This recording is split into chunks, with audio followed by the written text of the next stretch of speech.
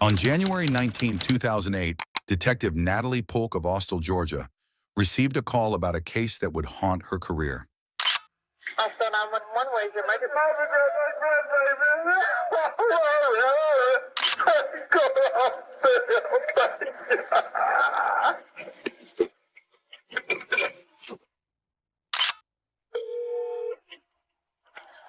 Hi, hello? Did my friend is about to steal my baby? How old is she? Is she bleeding? She's not my sister. She bleeds now. Is she breathing? No. It's about that. It's about that. Well, get somebody there right now.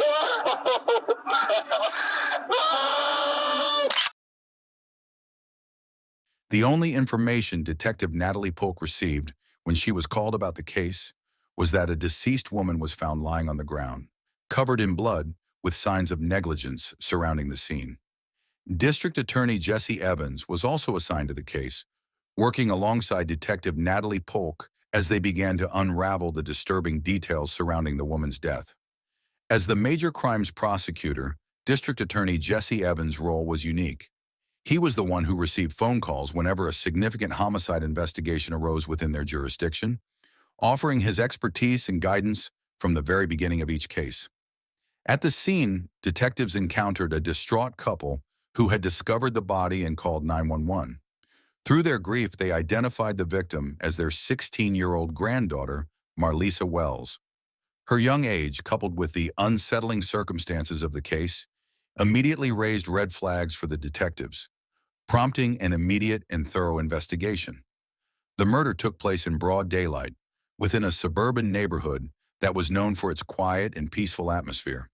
It was a community that rarely, if ever, experienced such violent events, making the crime all the more shocking and unsettling. One of the first questions Detective Polk asked was whether there was any evidence of forced entry. Did the house appear to have been ransacked? Was anything missing? Upon inspection, there were no signs of forced entry. The only indication that a door may have been left unlocked was a slight gap in the back sliding door. In the kitchen, detectives discovered that the knife drawer had been rifled through, suggesting that someone had been searching for a weapon. A trail of blood led away from the scene, further indicating a violent and frantic struggle. There was clear evidence that the assault began in one location and ended in another. On the banister, there was a small trace of blood, and as detectives followed the trail down the staircase, they discovered a more extensive blood pattern leading into the basement. The trail ultimately ended in the bathroom, painting a chilling picture of the victim's final moments. Detective Polk later described the scene as one of the most violent crime scenes she had ever encountered. She couldn't recall a case so bloody or gruesome.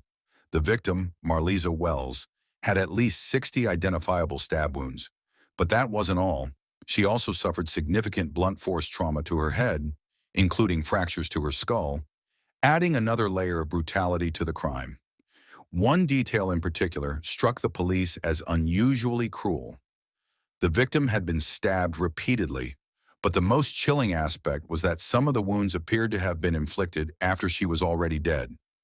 This added an element of sheer brutality to an already horrific crime. One of the most disturbing discoveries was a fork protruding from the victim's back, driven in with such force that it was bent. This gruesome detail underscored the savagery of the attack and left investigators shaken by the level of violence. "It was a brutal, brutal crime," Detective Polk remarked. "No one deserves to die the way she was killed." The sheer violence of the act left everyone involved in the investigation deeply impacted by the tragedy and the unimaginable suffering the victim endured.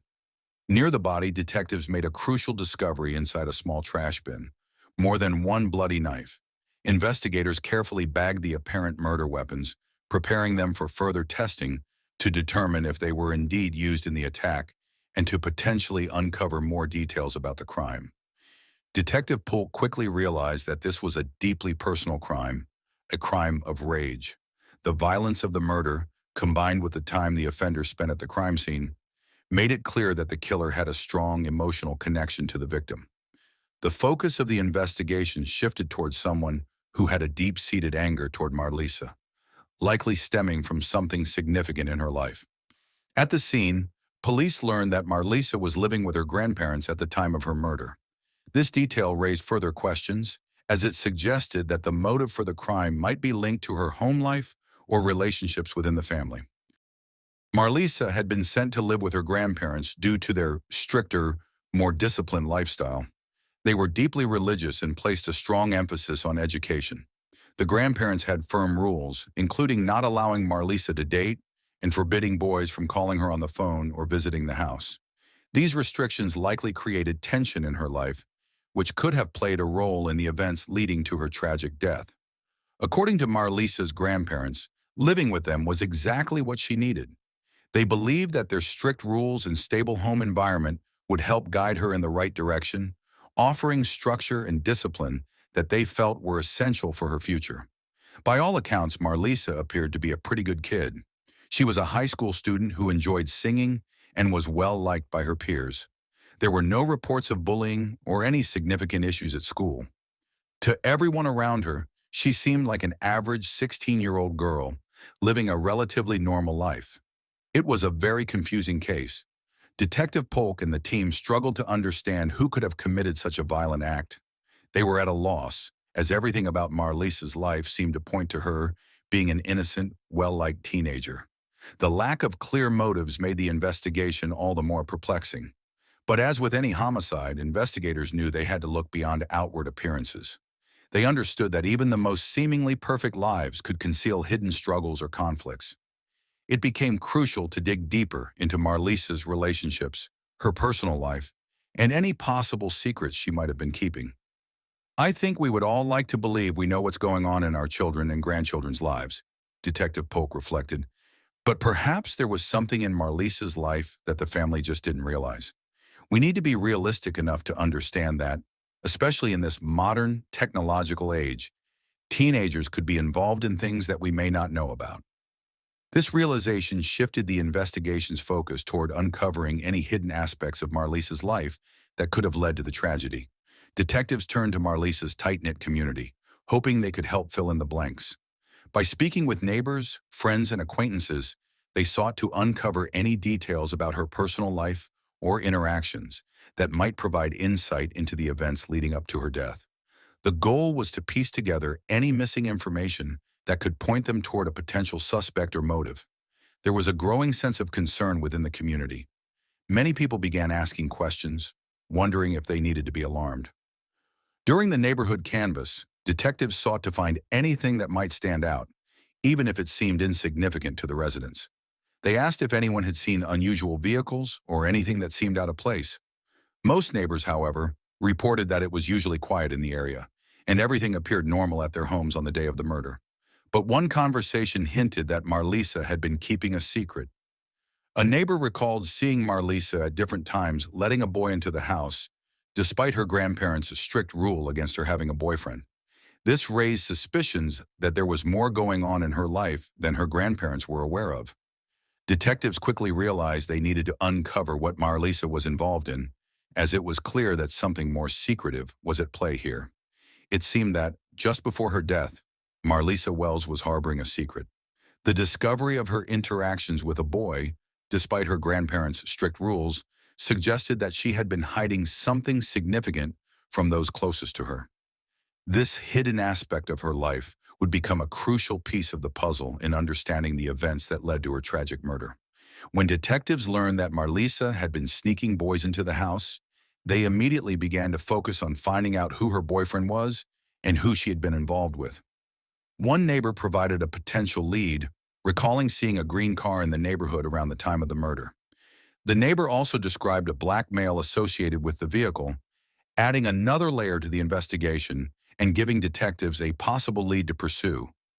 The green car quickly became a key piece of the investigation, and detectives knew they had to look into it further. As the investigation progressed, it was revealed that a family member recognized the car, confirming that someone they knew owned a green car that matched the description. This connection brought them closer to understanding who might have been involved in Marlisa's life, and potentially her death. Detectives began to wonder if the driver of the green car that neighbors had spotted might know something about Marlisa's death. The connection to the car, combined with the suspicious timing, made it a crucial lead. They focused on finding the driver to determine whether he had any involvement or knowledge of the events leading up to her tragic murder. When detectives followed up on the lead regarding the green car, it quickly turned out to be a dead end. Despite their hopes, further investigation revealed no concrete connection between the driver and Marlisa's death. This setback forced the investigators to reconsider their approach and explore other potential leads. After further investigation, detectives couldn't find any other neighbors who recalled seeing the green car on the day of the murder or the day prior. They suspected that the neighbor may have gotten the days mixed up, possibly recalling a car from a previous day. This led the team to shift their focus back to the other evidence, or lack thereof, and reevaluate the case with a fresh perspective. Despite the setback with the green car, investigators continued to consider the possibility that Marlisa had been secretly dating someone at the time of her murder. They couldn't rule out the chance that a hidden relationship might have played a role in the events leading up to her death. This remained a critical line of inquiry as they worked to uncover more about her personal life. Upon reviewing the information provided by the neighbors, detectives discovered that there were neighborhood boys who often hung out at Marlisa's house. These boys became a new focus of the investigation, as their connection to Marlisa could provide crucial insights into her personal life and potentially reveal more about the circumstances surrounding her death. If the information was accurate, it suggested that Marlisa had been keeping her social life a secret from her grandparents.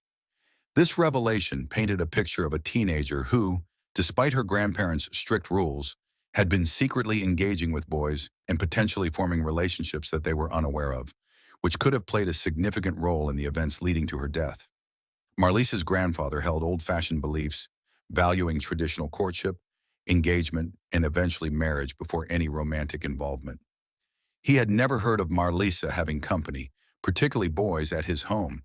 This strict view of relationships created a stark contrast with Marlisa's secret social life, which she had kept hidden from her family, including her grandfather. This tension between her personal desires and her grandfather's rules may have contributed to the complex dynamics surrounding her life. Despite what her family believed, police suspected that very few people truly knew the full truth about Marlisa's life.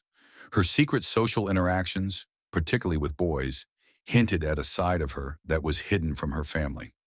Investigators knew that uncovering the truth about her relationships and personal life would be key to understanding the motive behind her brutal murder.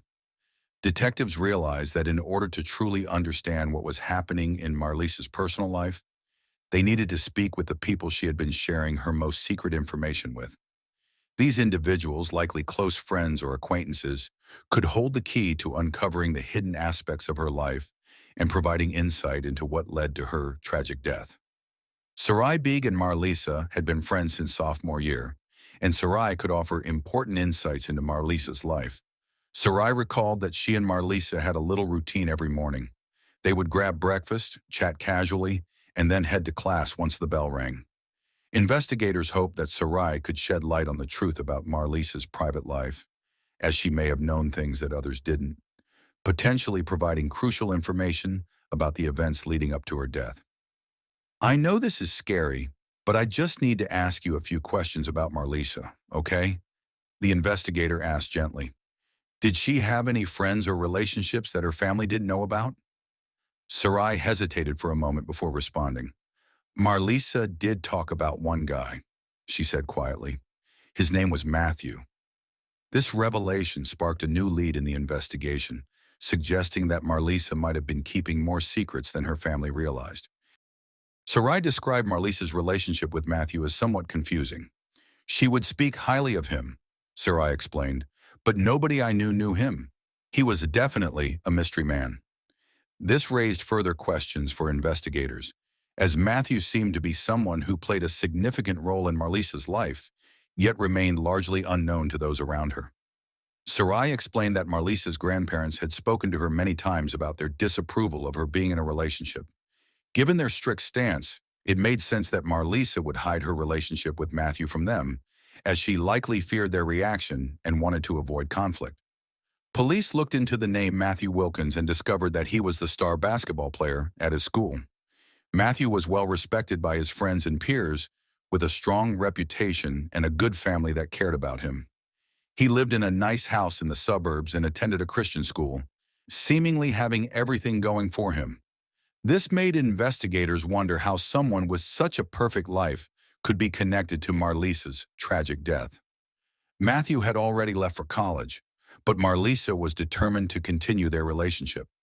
Despite the distance, she was committed to keeping their connection alive, further deepening the mystery surrounding her secret life and the extent of her involvement with him. Matthew was Marlisa's first crush and her first boyfriend. Their relationship marked a significant part of her teenage life, which she kept hidden from her grandparents, who had strict rules about dating. Marlisa would speak about Matthew as if he were her knight in shining armor. She would excitedly talk about his success in sports, his college life, and the future they envisioned together. She would dream of living together, getting married and starting a family, often joking about having this many kids today and tomorrow 10. Her idealistic vision of their life together painted a picture of youthful optimism, despite the secrecy surrounding their relationship. Matthew seemed like an unlikely suspect. He was friendly, had no criminal or driving history, and appeared to be a normal, average kid. At the time of the crime, Matthew Wilkins was living at the college he attended in South Georgia, not in the local county where the murder occurred. It seemed that the popular athlete, Matthew Wilkins, was too far away to have committed the crime. However, as investigators would soon uncover, he had been keeping a secret that would shed light on Marlisa's killer. It turns out that Marlisa Wells didn't know everything about her secret boyfriend, Matthew Wilkins. After some digging, detectives discovered that Matthew had been seeing someone else, a revelation that would add a new layer of complexity to the case and raise questions about his involvement in Marlisa's death.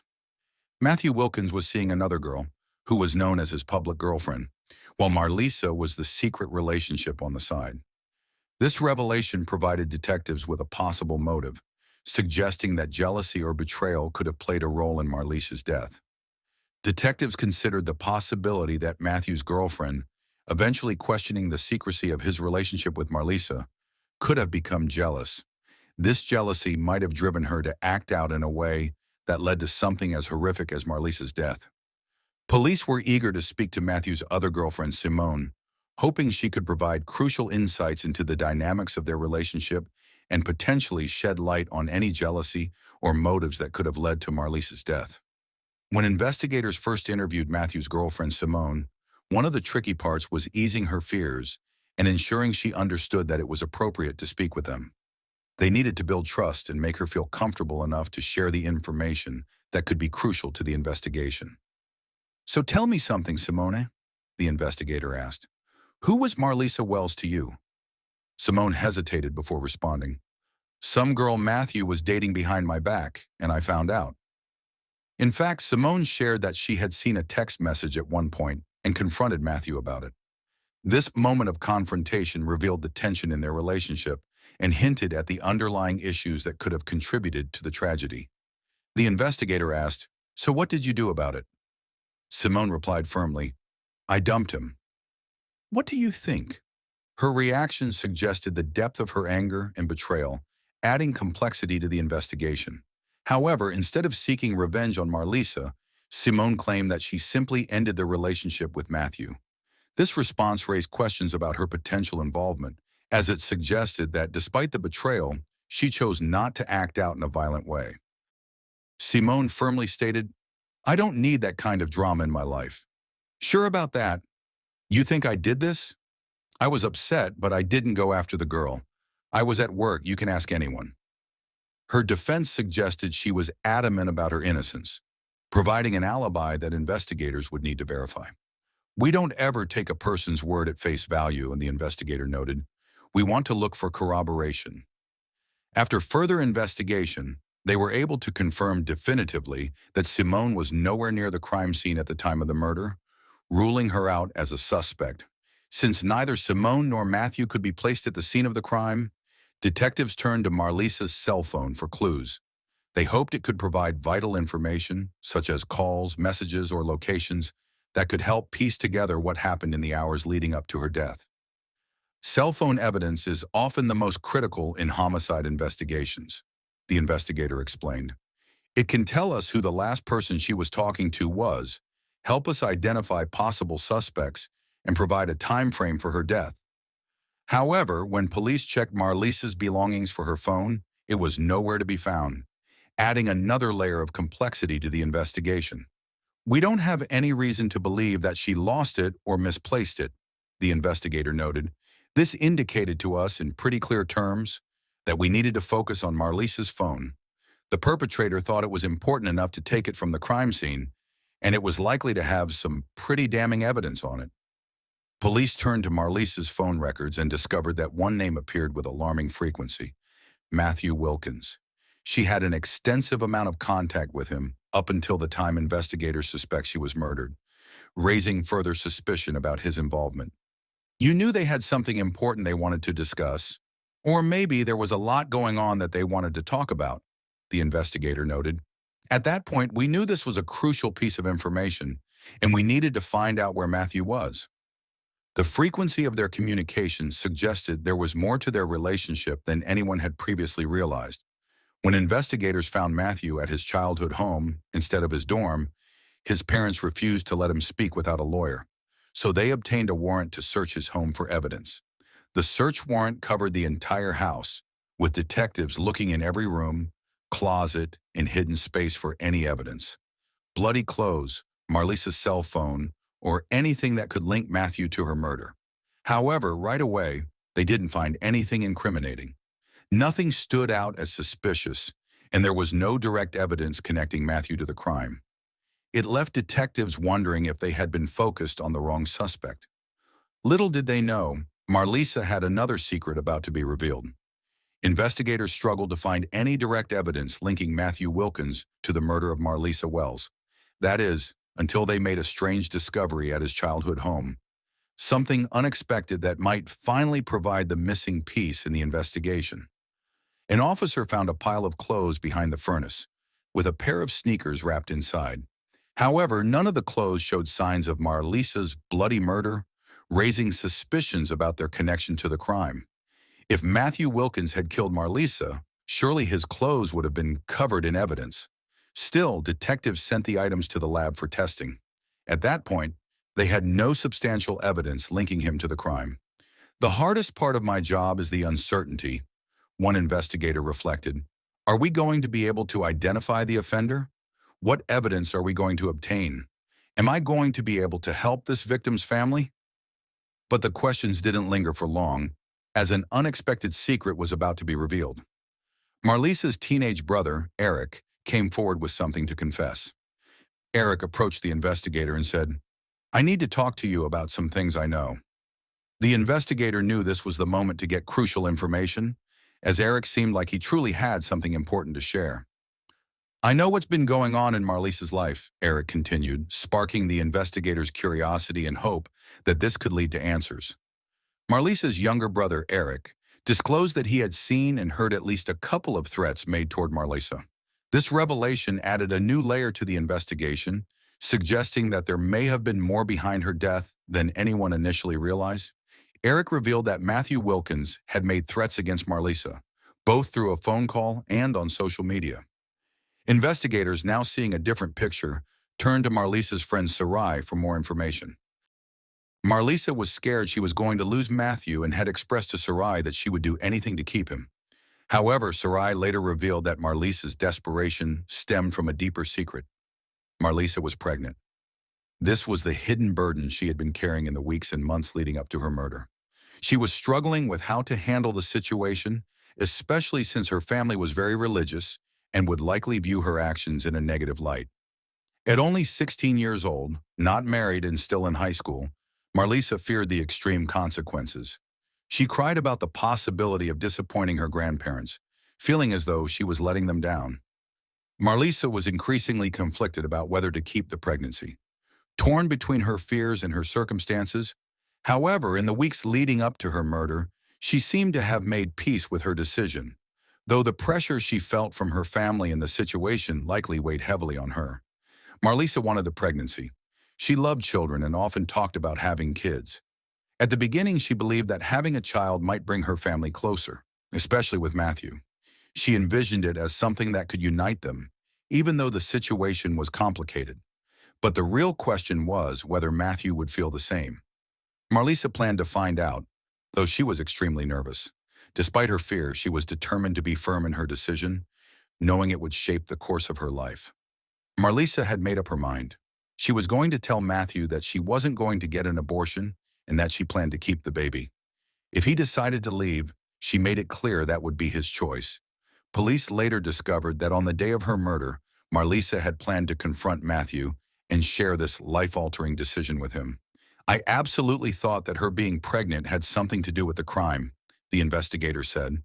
Despite this suspicion, investigators had nothing directly tying Matthew to the murder, until they received a bombshell clue.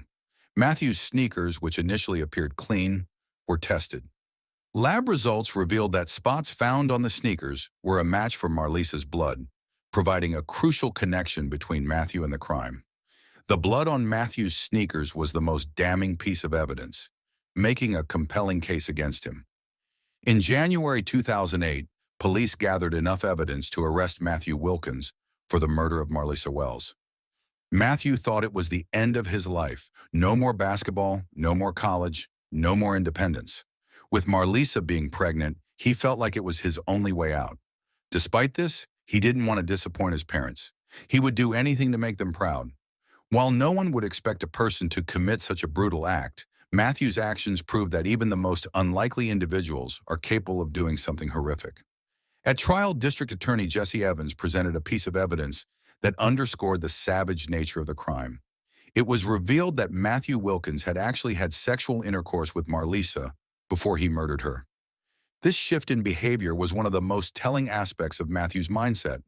The idea that a person could, in one moment, be perfectly fine sharing the most intimate experiences with someone, but in the next have no hesitation in chasing that person through a house, brutally beating their head against a toilet, and stabbing them repeatedly, showed just how detached and violent he had become once Marlisa was no longer of use to him. The jury wasted no time in finding Matthew Wilkins guilty of murder. He was sentenced to life in prison, plus an additional 20 years, for his brutal actions that ended Marlisa Wells' life. Marlisa's mother expressed her heartbreak, saying, "If I had known that this young man was abusive, as much as people were coming out and saying, there's no way he would have been a part of my daughter's life, I would have had him locked up if I had to. I would have moved her out of state. I would have done everything in my power to keep her away from a young man like that, because you never want your child to go through anything like that. Never. No one would want that." There's no such thing as closure, Marlisa's family reflected. Nobody's ever going to forget Marlisa, but there is some sense of relief that we were at least able to hold her murderer accountable. As mourners continued to process the grave loss, one final secret about Marlisa emerged, adding another layer of complexity to her already tragic story. As it turns out, Marlisa Wells wasn't actually pregnant.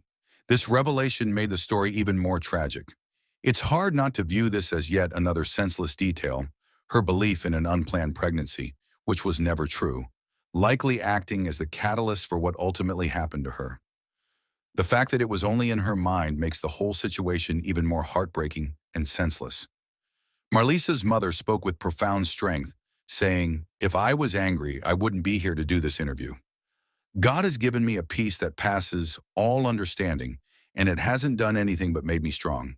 It took a lot of praying, a lot of crying, and a lot of talking to get to the point that I am today." Her words reflected the deep pain and faith that helped her cope with the loss of her daughter. What do you think were the key factors that led to the tragic events surrounding Marlisa Wells' case?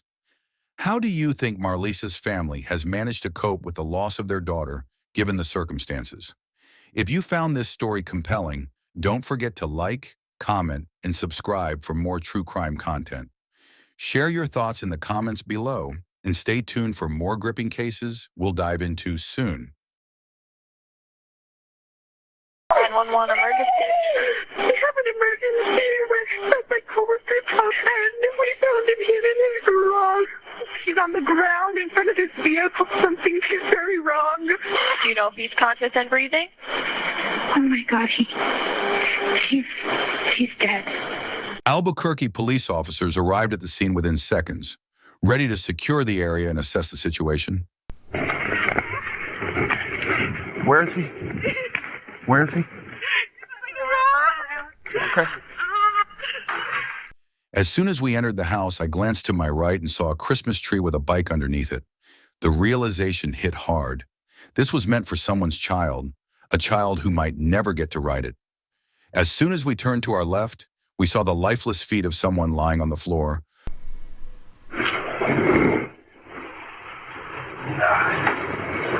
I don't know, dude. It's been a while, huh? Well, it looks like he cut because this is 31 spot, dude. Yeah, he's down. A grim reminder of the tragedy we were walking into. His neck was slashed from ear to ear, a sight that threw me for a loop. In that instant, a million thoughts raced through my mind, but one thing became painfully clear. This was undoubtedly a homicide. It was clear we were about to embark on a complex investigation, piecing together the events that led to this horrific scene. Are we in trouble that we went not at all. No, not at all. No, you did a good thing by going in. You really did. But we didn't help him. No. We'll figure out what's going on here, okay? Outside, a woman identified herself as the 911 caller and informed Officer Riley that the victim's name was Don Fluitt. He's our co-worker. We got a phone call about 1:40 from his little girl. Okay. He has a beautiful little girl. She hadn't heard from him all day. So she called me. She had my phone number. And I said, oh, baby. I said, I'll call your dad. Yeah. It hits even harder knowing he had a daughter, a child who now has to face the heartbreaking reality of growing up without her father. I tried calling him a few times, okay? Yeah. We should have come sooner. So I knocked at the door. And it just opened. Like, it was unlocked. And then we went in, and I opened the garage door, and his truck was there, and I saw his feet. Okay. And When's the last time you guys talked to him? When's the last time you all talked to him? he was gone. His sister died, just died. Oh, okay. He went to California. Okay. His relatives, and they were supposed to be back. We thought he was coming back today. Yeah. And then the daughter said that they came in last night, and Oh, they came in. Your daughter was with him last night? I guess, yeah, she Okay. drove his house, and I Okay. just told the mother what happened. We're Okay. all hysterical. He's been through a lot lately. Yeah. His sister died of Okay. breast cancer. Uh-huh. Just last 2 weeks ago, before Christmas. Yeah. He's super stressed. Okay. Have you known anybody to dislike him? Within minutes, fire and rescue teams arrived, determining the time of death to be within the past 24 hours. Crime scene technicians began meticulously searching the area for clues that could unravel the mystery. Albuquerque Police Detective Matt Kaplan arrived at the scene, quickly gathering all available information about the victim. He learned that Don was known as a passionate and driven individual, deeply engaged in his life and those around him. Detective Kaplan learned that Don shared a very close, tight-knit bond with his daughter, often spending Sundays together, feeding the homeless. Nothing in Don's life suggested he had provoked anyone's anger or hostility. After surveying the scene, Detective Kaplan quickly ruled out robbery as a motive for Don Fluitt's murder. There were no obvious signs of forced entry, leading Detective Kaplan to consider whether the offender might have been someone Don knew. The scene appeared undisturbed. Everything was in its place, including Don's wallet, further ruling out robbery as a motive. Inside the house, all the TVs were untouched, and Don's cell phone was found in place, making it a key piece of evidence. Detectives prioritized collecting the phone to extract as much data as possible, focusing on recent contacts, messages, or calls that could shed light on any conflicts or arguments he might have had. Additionally, blood evidence was collected, strongly indicating a struggle. Detectives hoped that this altercation left behind enough evidence to eventually identify the offender. Detectives were hopeful that DNA traces left behind on the victim would provide crucial evidence. One of their first requests to the pathologist was to collect fingernail clippings, with the hope of quickly obtaining lab results. However, it could take days or even weeks for those results to come back. In the meantime, Detective Kaplan faced the difficult task of calling Don's mother in California to inform her of her son's murder. In some respects, it makes you emotional, he admitted. You take it personally, and it's an incredibly difficult thing to do. Hi, Miss Fluitt. This is Detective Kaplan. I'm a police officer with the Albuquerque Police Department. Yes. And I'm calling you because we are investigating a case that's involving your son, Don Fluitt. Yeah? He was found deceased tonight. What? You're kidding me. No, ma'am, and I'm very, very sorry. My daughter just died 2 weeks ago. You're kidding me. Oh my God. You're kidding me. Oh No. my God. This can't be real. I can't lose 2 children in 1 month. Her heartbreak was palpable, layered with the weight of compounded losses. While the Fluitt family grappled with their grief, detectives broadened their investigation, starting with Don's neighborhood. Detectives spoke with his next-door neighbor, who mentioned having 2 security cameras that could provide valuable footage to piece together the events leading up to the murder. One of the neighbor's security cameras captured a portion of Don Fluitt's driveway, while the other was positioned at her door. This footage quickly became crucial to the investigation, as it provided a clear view of Don's movements, when he was leaving, when he returned, and any potential visitors or vehicles in his driveway. Later that evening, Detective Kaplan met with Don's ex-wife and his 10-year-old daughter to gather details about the hours leading up to the tragic event. Their accounts could hold key insights into Don's activities and any potential threats he might have faced.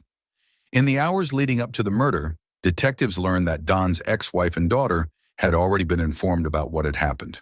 This connection stood out as a lead that couldn't be ignored. Detectives knew time was critical and prioritized speaking with them to uncover any details that might shed light on Don's final moments. When's the last time you saw Don?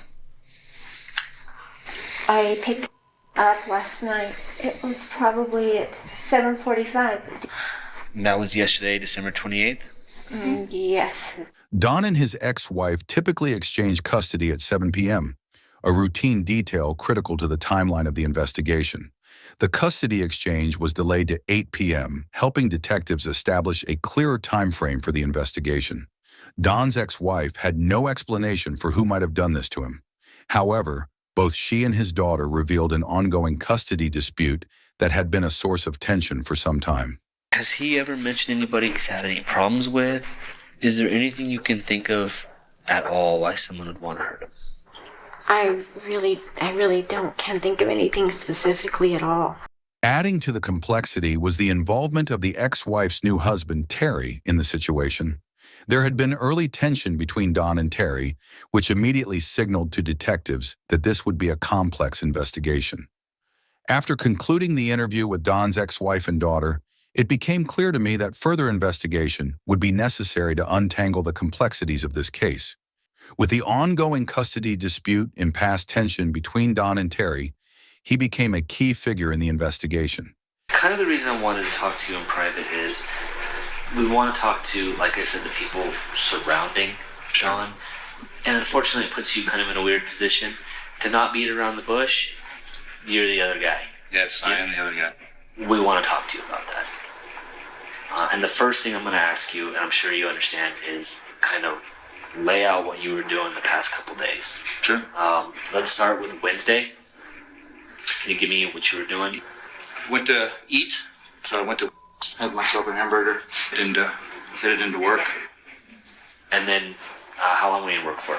Well, I went and had my hamburger, then I ate that stuff, so, I didn't go to work right away.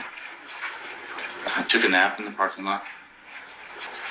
I didn't get back to work for about 45 minutes, and then I went into work. My shift doesn't start until 11. Yeah, you started your shift at 11 p.m.? Yeah. Tell me a little bit about your relationship with Dawn. I know it's been a little bit rocky.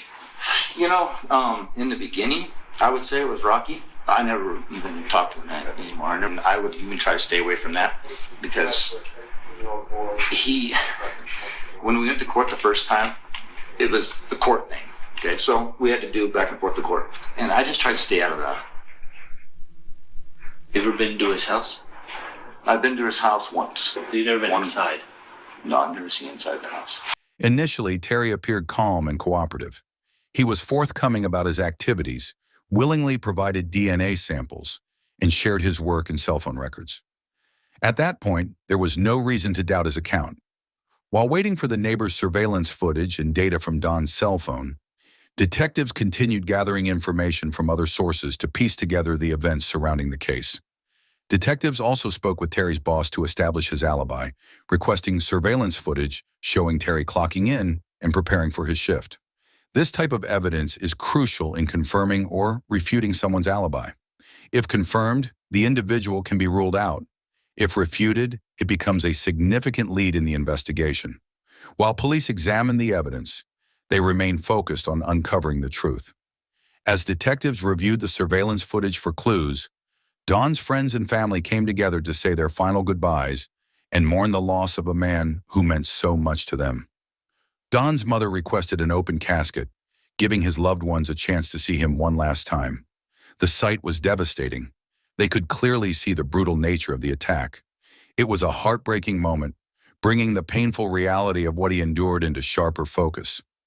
Detectives next focused on Dawn's phone, recovered at the crime scene, conducting a forensic analysis to uncover any potential leads. They aimed to determine if Dawn had been arguing with anyone or if someone had visited him that night. During the review, one detail stood out. Dawn appeared to have a very friendly relationship with someone that warranted further investigation. Detectives identified an individual Dawn had a friendly relationship with and reached out to her to determine the nature of their connection and whether it could provide any relevant insights into the case.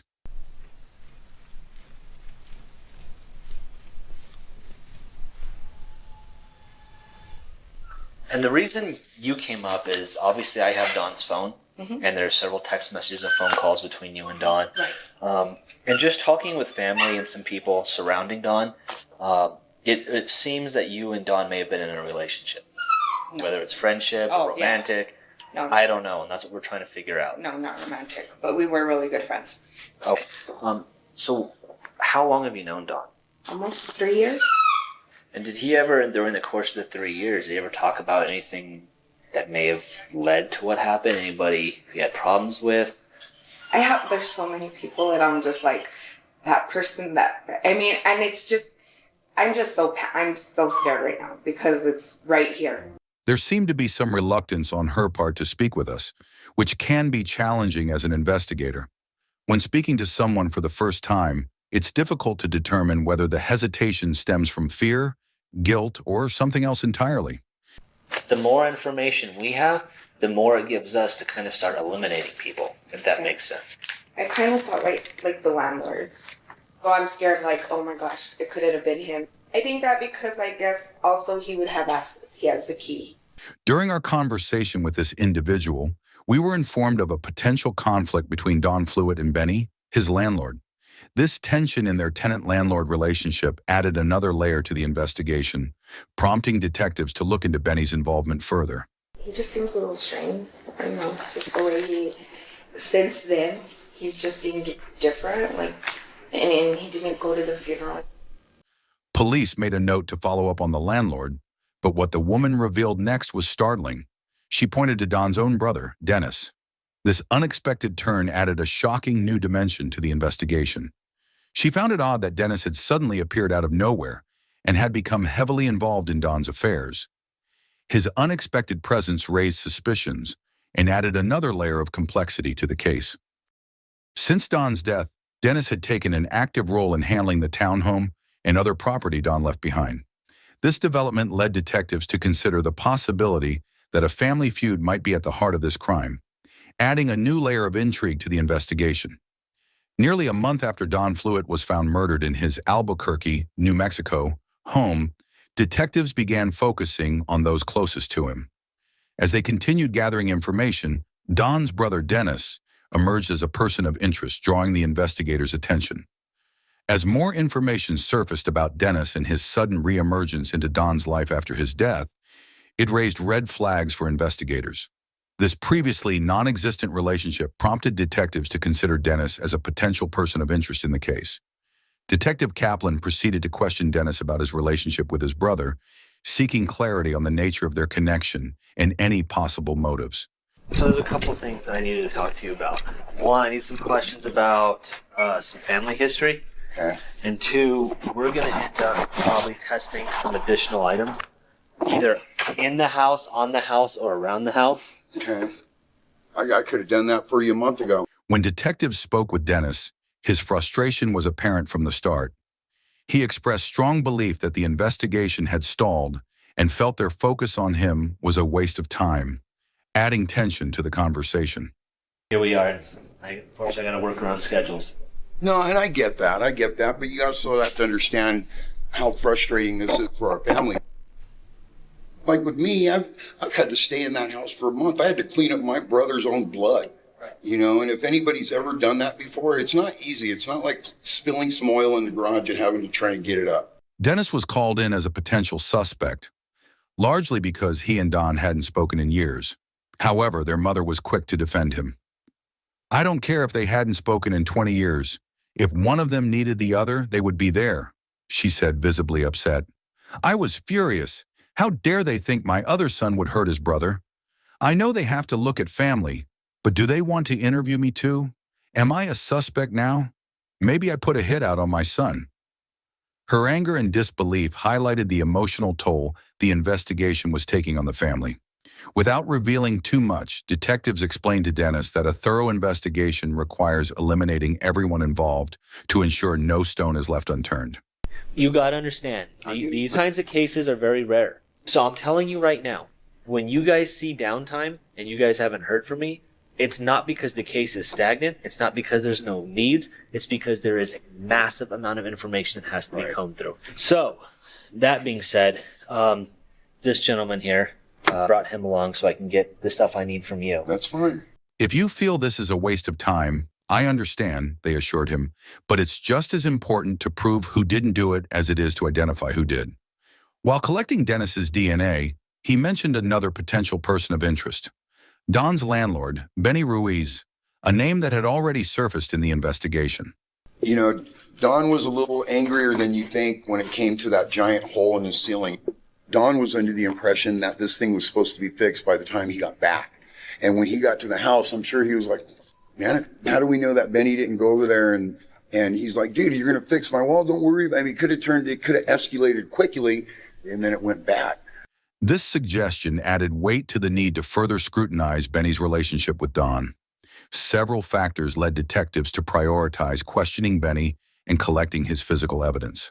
Both Don's female friend and his brother Dennis had raised suspicions about Benny, adding to the growing list of concerns.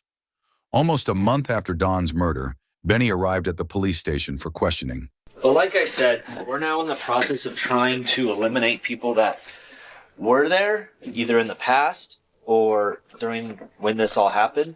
And I have to get as many prints and DNA swabs as possible. After Benny provided DNA samples, Detective Kaplan shifted focus, pressing him about Don's townhouse. The line of questioning aimed to uncover any possible disputes or motives tied to Benny's role as Don's landlord. All right, so Benny, just kind of walk me through, first off, what's going on with the condo now? We had repaired a leak, and Don called me before he left when his sister died. He said if I wouldn't mind checking it, and I didn't get around to it, so I haven't had a chance to fix it. Okay. He was 4 months in the rear of rent. And That Don was? Yeah. Don's mother put some money up to pay a couple of months or so. And so, technically, he's still 2 months behind. Yeah, $2,700 is, I guess, exact. It's $2,700. During their discussion, Benny answered the questions posed to him, but what stood out was his admission that there had been money issues between him and Don, potentially creating some animosity. This raised suspicions of deeper conflict between the landlord and tenant. However, just when detectives were beginning to consider Benny as a serious suspect with a possible motive for murder, Benny turned the tables, offering new information that shifted the focus of the investigation. I met Don for the first time. I've never met him before. Never knew he even had a brother, which is kind of weird. Benny mentioned that Dennis had been wearing some of Don's clothes, which struck detectives as odd and unusual. This detail heightened suspicions, both for Benny and for the investigators. It was a strange thing to hear, especially since Dennis's name had already surfaced in the investigation, raising further questions about his potential involvement in the crime. At this point in the investigation, detectives had two strong persons of interest, Dennis and Benny, both pointing fingers at each other and exhibiting strange behaviors. Benny described Dennis wearing Don's clothes while both men had been involved in a sudden and unusual reemergence of their relationship. With such oddities and inconsistencies, neither could be ruled out as suspects. After collecting physical evidence from both Benny and Dennis, the next step in the investigation was to thoroughly examine all the accumulated evidence. While awaiting DNA results or any further physical evidence, detectives focused on following up on leads that could help move the case forward. The evidence from the scene was being processed, but the search for additional clues led to a breakthrough. After requesting surveillance video from Don's neighbor, it took some time to receive it. Once it arrived, detectives had to sift through a large volume of footage, unsure of when Don was murdered. As they reviewed the video, the neighbor was also going through it on her own. At one point, around 5 or 6 in the evening, the neighbor called Detective Kaplan, excitedly saying, "There's something you need to see on the video." This discovery marked a pivotal moment in the investigation. Police investigating Don Fluitt's murder were focused on 2 main suspects, Don's landlord, Benny Ruiz, and his brother, Dennis Fluitt. They were hopeful that the surveillance video from Don's next-door neighbor might have captured the killer on camera. As they began reviewing the footage, they carefully cross-referenced the time frame with the night of the homicide, particularly after Don Fluitt and his daughter had returned from California. Detectives knew that Don left for the custody exchange around 8 p.m., and the surveillance footage began to reveal key details. The garage door smoothly lifted, followed by the brake lights of Don's white pickup truck as it pulled out of the driveway and drove away. After the garage door closed, there was a brief moment of silence. Then a figure in a hoodie appeared on the footage, tipping over a trash can that was scheduled to be picked up the next morning and then walking back into the shadows. A few minutes later, Don's truck reappeared on the footage as it pulled back into the driveway. The garage door opens again as Don pulls into the driveway. A few minutes later, he steps out of the truck, walks to the trash can, picks it up, and returns to the garage. As the garage begins to close, the shadows grow shorter, indicating it's closing just before it actually hits the ground. Then the garage door rises again, and a series of flashes appears on the video. Finally, the garage door closes once more, leaving detectives with a critical moment to examine. Based on what they were seeing in the video, Detectives Kaplan and Shu began to suspect they may have captured the murderer on camera. To confirm, they decided to conduct a test. The 2 detectives returned to Don's home, manipulating the garage doors to see if they could replicate the exact sequence of flashes captured in the footage. This experiment was crucial in determining whether the flashes were consistent with what was seen during the night of the murder. The only way they were able to replicate the same number of flashes from the video was by tripping the garage door sensor as it was coming down. This confirmed that the flashes seen on the footage were caused by the sensor, and it helped detectives understand the sequence of events leading up to the crime. With the new evidence from the surveillance footage, detectives were confident in understanding how the individual got inside Don's townhouse. They had identified the ruse. The person used the act of tipping over the trash can to sneak into the garage after Don had returned. However, without a solid suspect, the case began to stall. Don's family, already grieving, was left wondering if the person responsible for his murder would ever be caught. Police had been painstakingly reviewing the alibis of everyone they had interviewed, and one story wasn't adding up: Terry White's alibi. The surveillance footage from Terry's workplace contradicted the account he had given Detective Kaplan. Terry had claimed that he arrived at work and took a long nap, but the footage painted a different picture, raising further suspicions about his involvement in Don's murder. The surveillance footage clearly contradicted Terry's story. Instead of taking a 30 or 45-minute nap, it showed him parking his truck, getting out, and heading straight into the building. This inconsistency raised significant doubts about his alibi and added a critical piece of evidence to the investigation. Given the discrepancy between Terry's alibi and the surveillance footage, detectives knew they had to confront him again. They brought Terry in for a follow-up interview, determined to get to the bottom of the inconsistencies and uncover the truth. Again, thank you for coming down. No worries, I'm sure you're a busy man. Initially, Terry had told detectives that he went to a fast food restaurant and then drove to a parking lot where he fell asleep. However, during the follow-up interview, his story changed. He now claimed that after visiting the fast food restaurant, He had also gone to a department store to buy clothing, adding new details that raised further questions about his movements and alibi. I want to stop and get a new sweatshirt for me for work because my wife bought me one for Christmas. I said, I'm not going to wear that to work, so I went and bought this one. Terry's story had shifted significantly from his initial interview. He now claimed that after visiting the fast food restaurant and department store, he went to work, but instead of parking in the lot as he had originally suggested, he went to a dark, unrelated business and fell asleep there. This substantial change in his account raised more suspicions, but it wasn't enough to make an arrest. After collecting a DNA sample from Terry, detectives had no choice but to release him, though he remained under scrutiny. During this time, the DNA lab called with results, and there was a noticeable shift in Detective Kaplan's demeanor. He could hear the excitement in the analyst's voice, sensing that something important had been uncovered. When the analyst revealed that the DNA results were a match, it marked a turning point in the case. Detective Kaplan then immediately contacted Don's mother to share the news. We do have a suspect in this case, and we do have an arrest warrant. He's not in custody. Okay. Who is it? It's Terry White. Yes! God.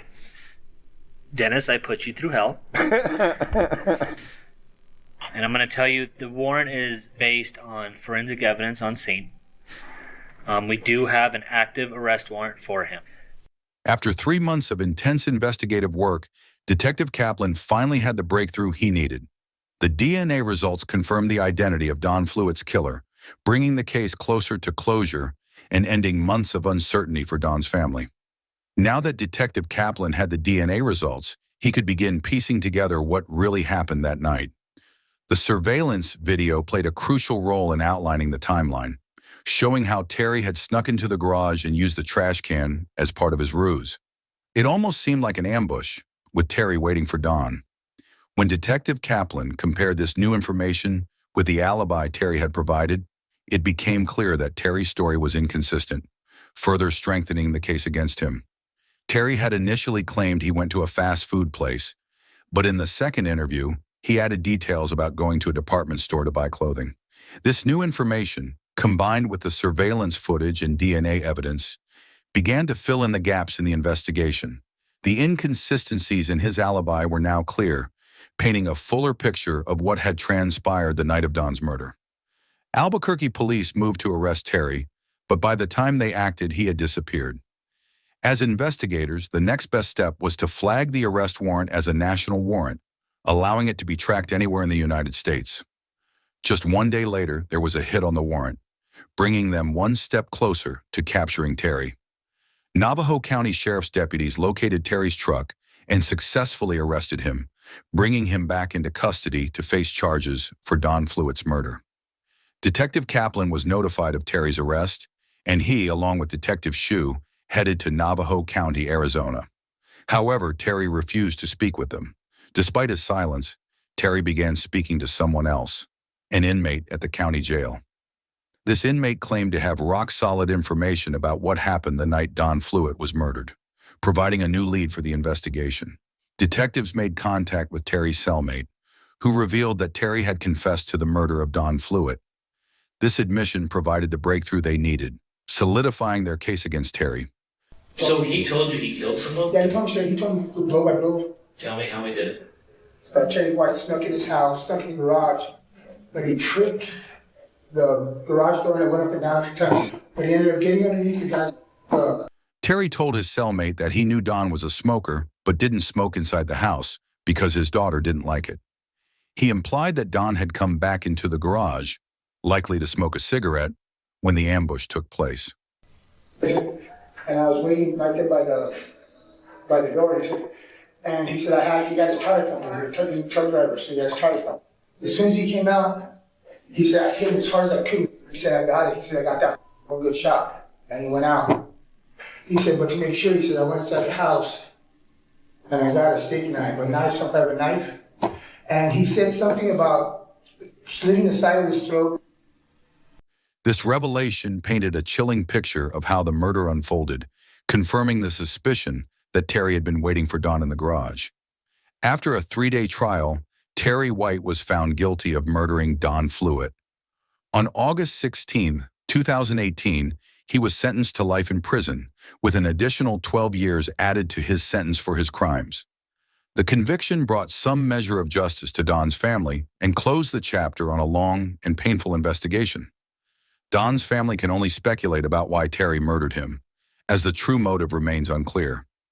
Don was taking his ex-wife back to court, and in a chilling moment, Terry stood up in court when asked what he wanted, saying, "What I want is Don gone. We want that little girl to be our family." His actions were driven by jealousy. At his sentencing, Terry maintained his innocence and refused to apologize to the Fluitt family, adding further pain to their already unimaginable loss. I have always said I was innocent and will continue to say so. No, I will not be apologizing to the Fluitt family for a murder I did not commit.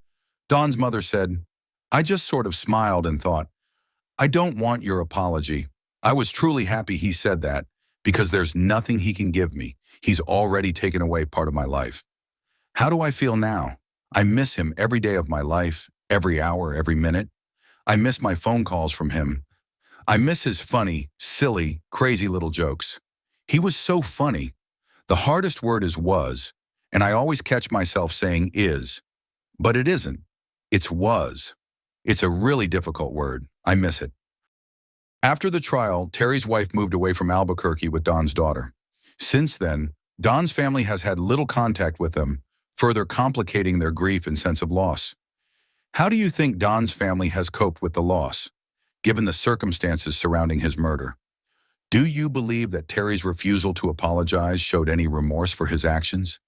If this case left you thinking, be sure to like, comment, and subscribe for more content. Share your thoughts with us in the comments.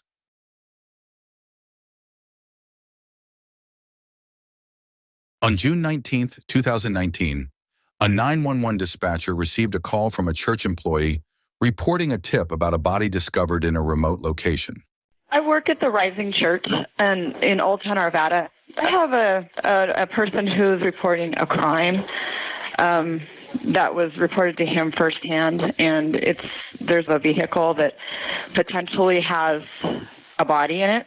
The person who committed this crime is Frank Moffett. In the background, a voice could be heard guiding the caller on what to say. Okay, does he have any further information? It's definitely not a hoax. It's not my number. Police promptly responded to the call to investigate the report. She said that there was a man in the church and that he wanted to report a crime. Essentially, the crime was that his brother had killed his girlfriend and placed her into the trunk of a vehicle near his home. As soon as we heard we possibly have a body in our car, we're thinking we have a homicide. We need to treat this as a homicide. The call included a serious allegation, naming a suspect who lived near the vehicle. Upon arriving at the provided address, police discovered a white Ford Escort. The vehicle was abandoned, had been unregistered for 2 years, and was filled with trash. When questioned by police, neighbors mentioned they believed the visible limbs inside the abandoned car were part of a mannequin. Pretty sure. I mean, we both feel confident, and we pray that that's what we saw. Is it that white car? There was a distinct odor of rotting, of death. Every police officer knows the smell of death. There was a female body in the car. Her head was down near the floorboard. Her feet were almost up on the seat. My initial response is we need to get our CSIs out. We need to get the lab out. We were concerned with the rising temperatures that we would start to lose physical evidence, DNA, off of the body. The police needed to examine the body hidden beneath the piles of garbage bags. Upon death, the body continues to change as it decays. So we ultimately sealed the car and then had it towed with the body in it back to the police station. The pressing question was, how did the body end up in the car? Their only lead was the man named in the 911 call, Frank Moffett, who lived just around the corner from where the car was found. The police decided to move in on him.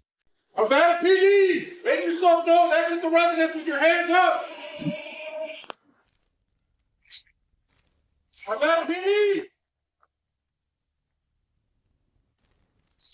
Arvada PD! Exit the residence! Frank Moffett was promptly arrested and taken into custody for questioning. Face the other way. Back up towards me until I tell you to stop. He basically said that he had nothing to do with the homicide, had no idea how she ended up inside this vehicle that he was using at the time. The police immediately began searching for evidence in and around Frank's house. They also canvassed the area, searching for any available surveillance footage. We need to knock on every single door and then get as much footage as we possibly could. Everybody has cameras these days. There you go. Bingo. There, you got both angles. Okay, that's perfect. Meanwhile, the crime scene investigation team began their meticulous work on the white car. This was not just a female placed in the back of an empty vehicle. The car had a rolled up rug, it had trash bags, it had car batteries. It was packed full of stuff. Each item had to meticulously be taken out of the car. We processed some of the items for DNA. It was a very lengthy, slow process. Detective Matt Archuleta carefully examined the evidence inside the car, as well as the body, to determine the cause of death. There was a small trickle of like a bloody substance coming out of one of the eye sockets. And it had a downward shape to it in the sense that it had run down the nose and then dried. Following gravity, that would indicate the head was in an upright position when that drop came out. It was fairly obvious that the death had occurred somewhere else, that the body was put into the car by someone, and then that the body was covered with trash to hide the body. After removing the body from the car, the police used a fingerprint scanner to identify the victim. The victim was identified as Veronica Sarinana. But what happened to her? Who could have possibly wanted her dead? And what clues were found that brought everything to light? Well, stay with us as we unravel the chilling events, the secrets, and the heartbreaking reality behind Veronica Sarinana's final days. On June 19, 2019, Veronica Ann Sarinana, a devoted mother, daughter, sister, and aunt, was taken from this world at just 38 years old. But who was she beyond this heartbreaking end? And what led to this heartbreaking loss? Veronica's family and friends remember her as a beautiful soul with a contagious smile and a laugh that filled the room. She was passionate about hiking, reading, and yoga, finding peace in nature and joy in simple moments.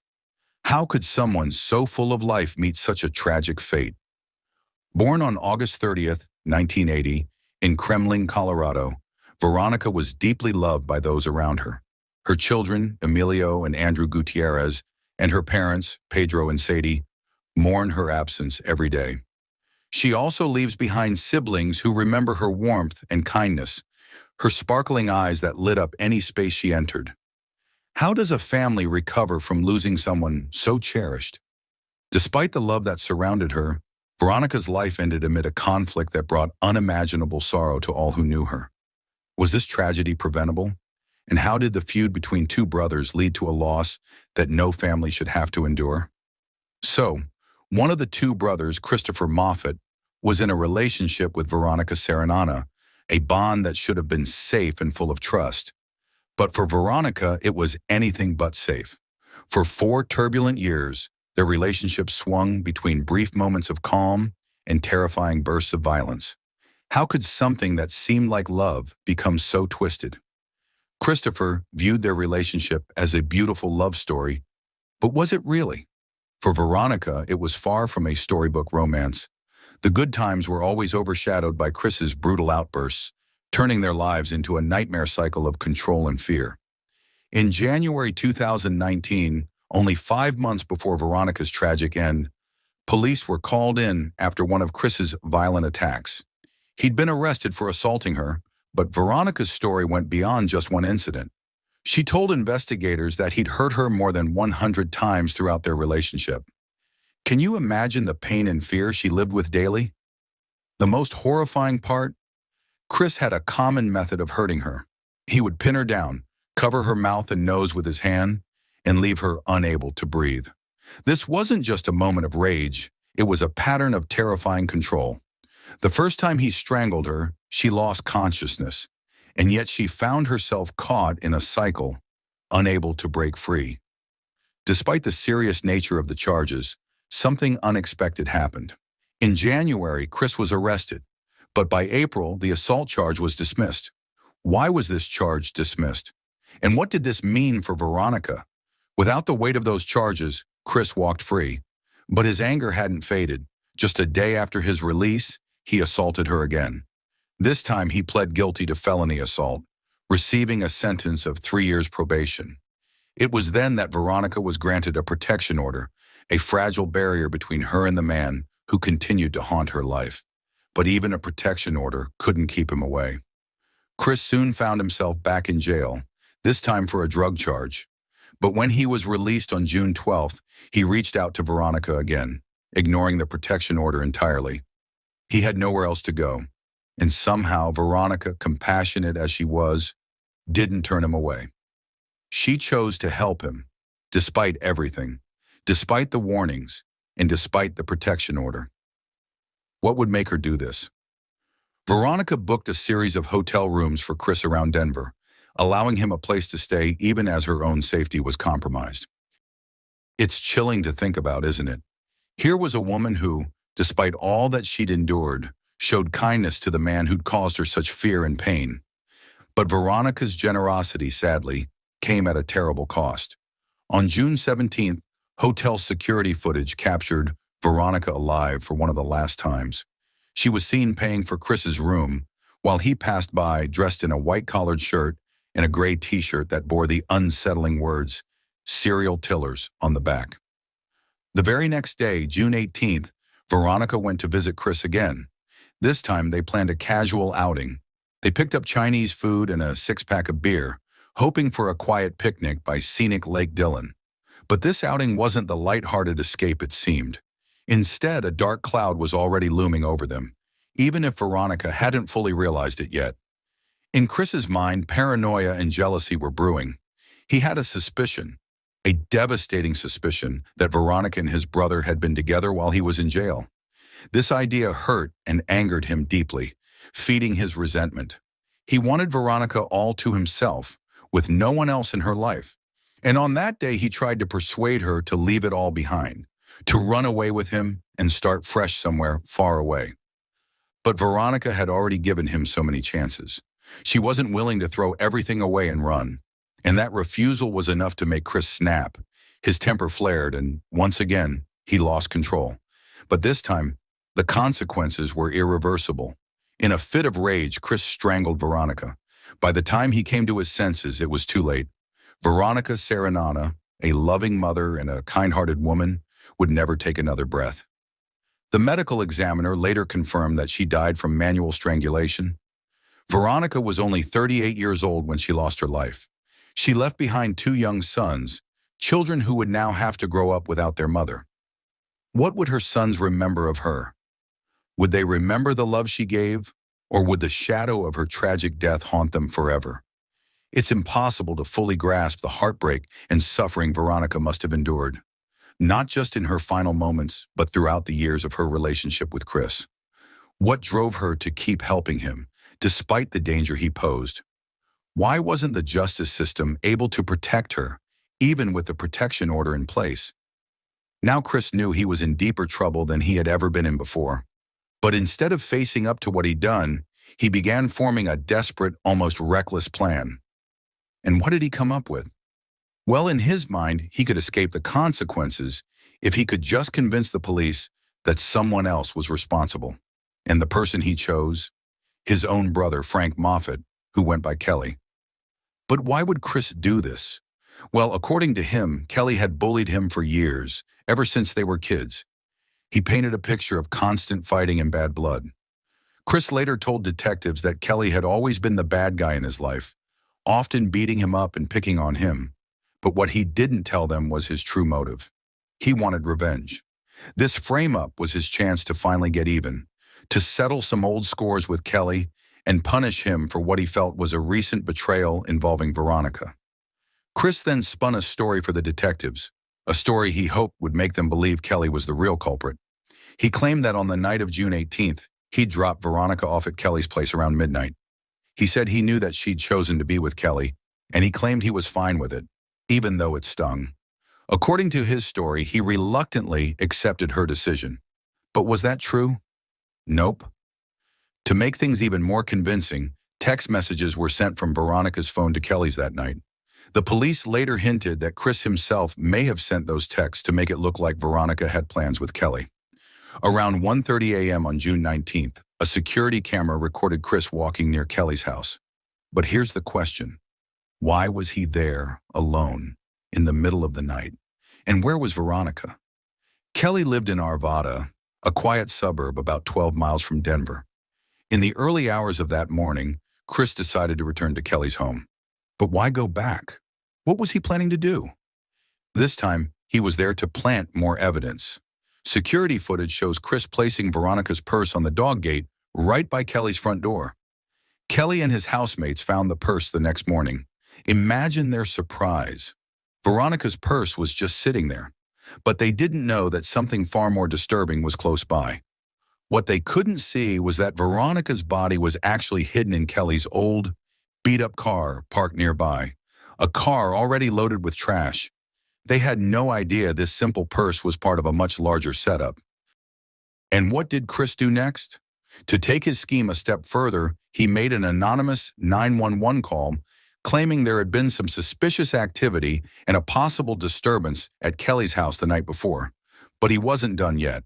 Just 20 minutes after that, another call came in to 911. This time it was from a church nearby, where an employee reported that a man matching Chris's description had walked in and started making shocking claims. He told them that his brother Kelly had killed his girlfriend and that her body was hidden in Kelly's car. The police took these calls seriously. They quickly descended on Kelly's house, determined to find this vehicle and the evidence inside. What did they find?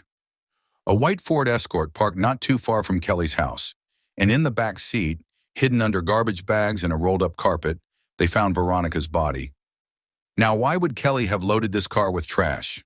Kelly later told police he had filled the car with garbage because he knew it was about to be towed. This detail alone added to the mystery. Could Chris have known this and used it to his advantage? Was it part of his calculated plan to pin everything on Kelly? Armed with the damning calls and the horrifying scene they just uncovered, police moved in to arrest Kelly. This wasn't a simple knock on the door.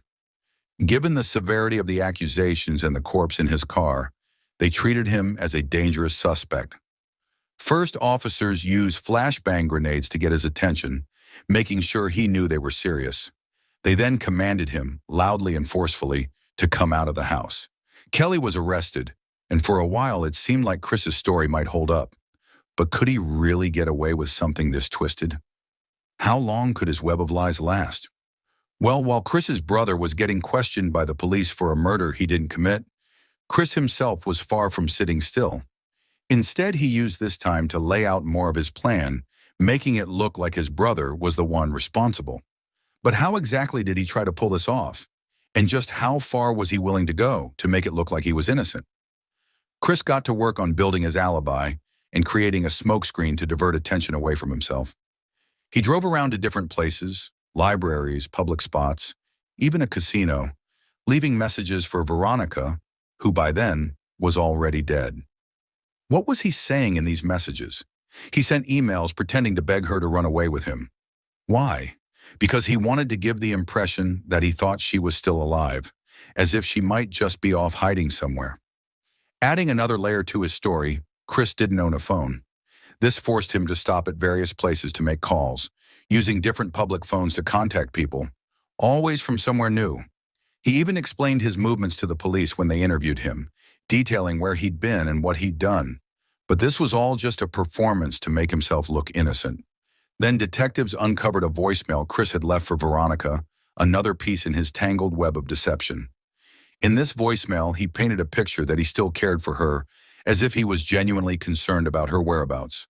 But with Veronica's death confirmed, these voicemails only deepened the mystery. Why go to all this trouble if he had nothing to hide? When asked why he was driving Veronica's car, Chris came up with another story, claiming that she felt guilty for supposedly betraying him by getting close to his brother. According to him, she wanted to make things right, so she handed her car over to him so he could leave town. But his story didn't add up. If he planned to leave on his own, why did he need her car? And if Veronica wasn't going with him, what was the point?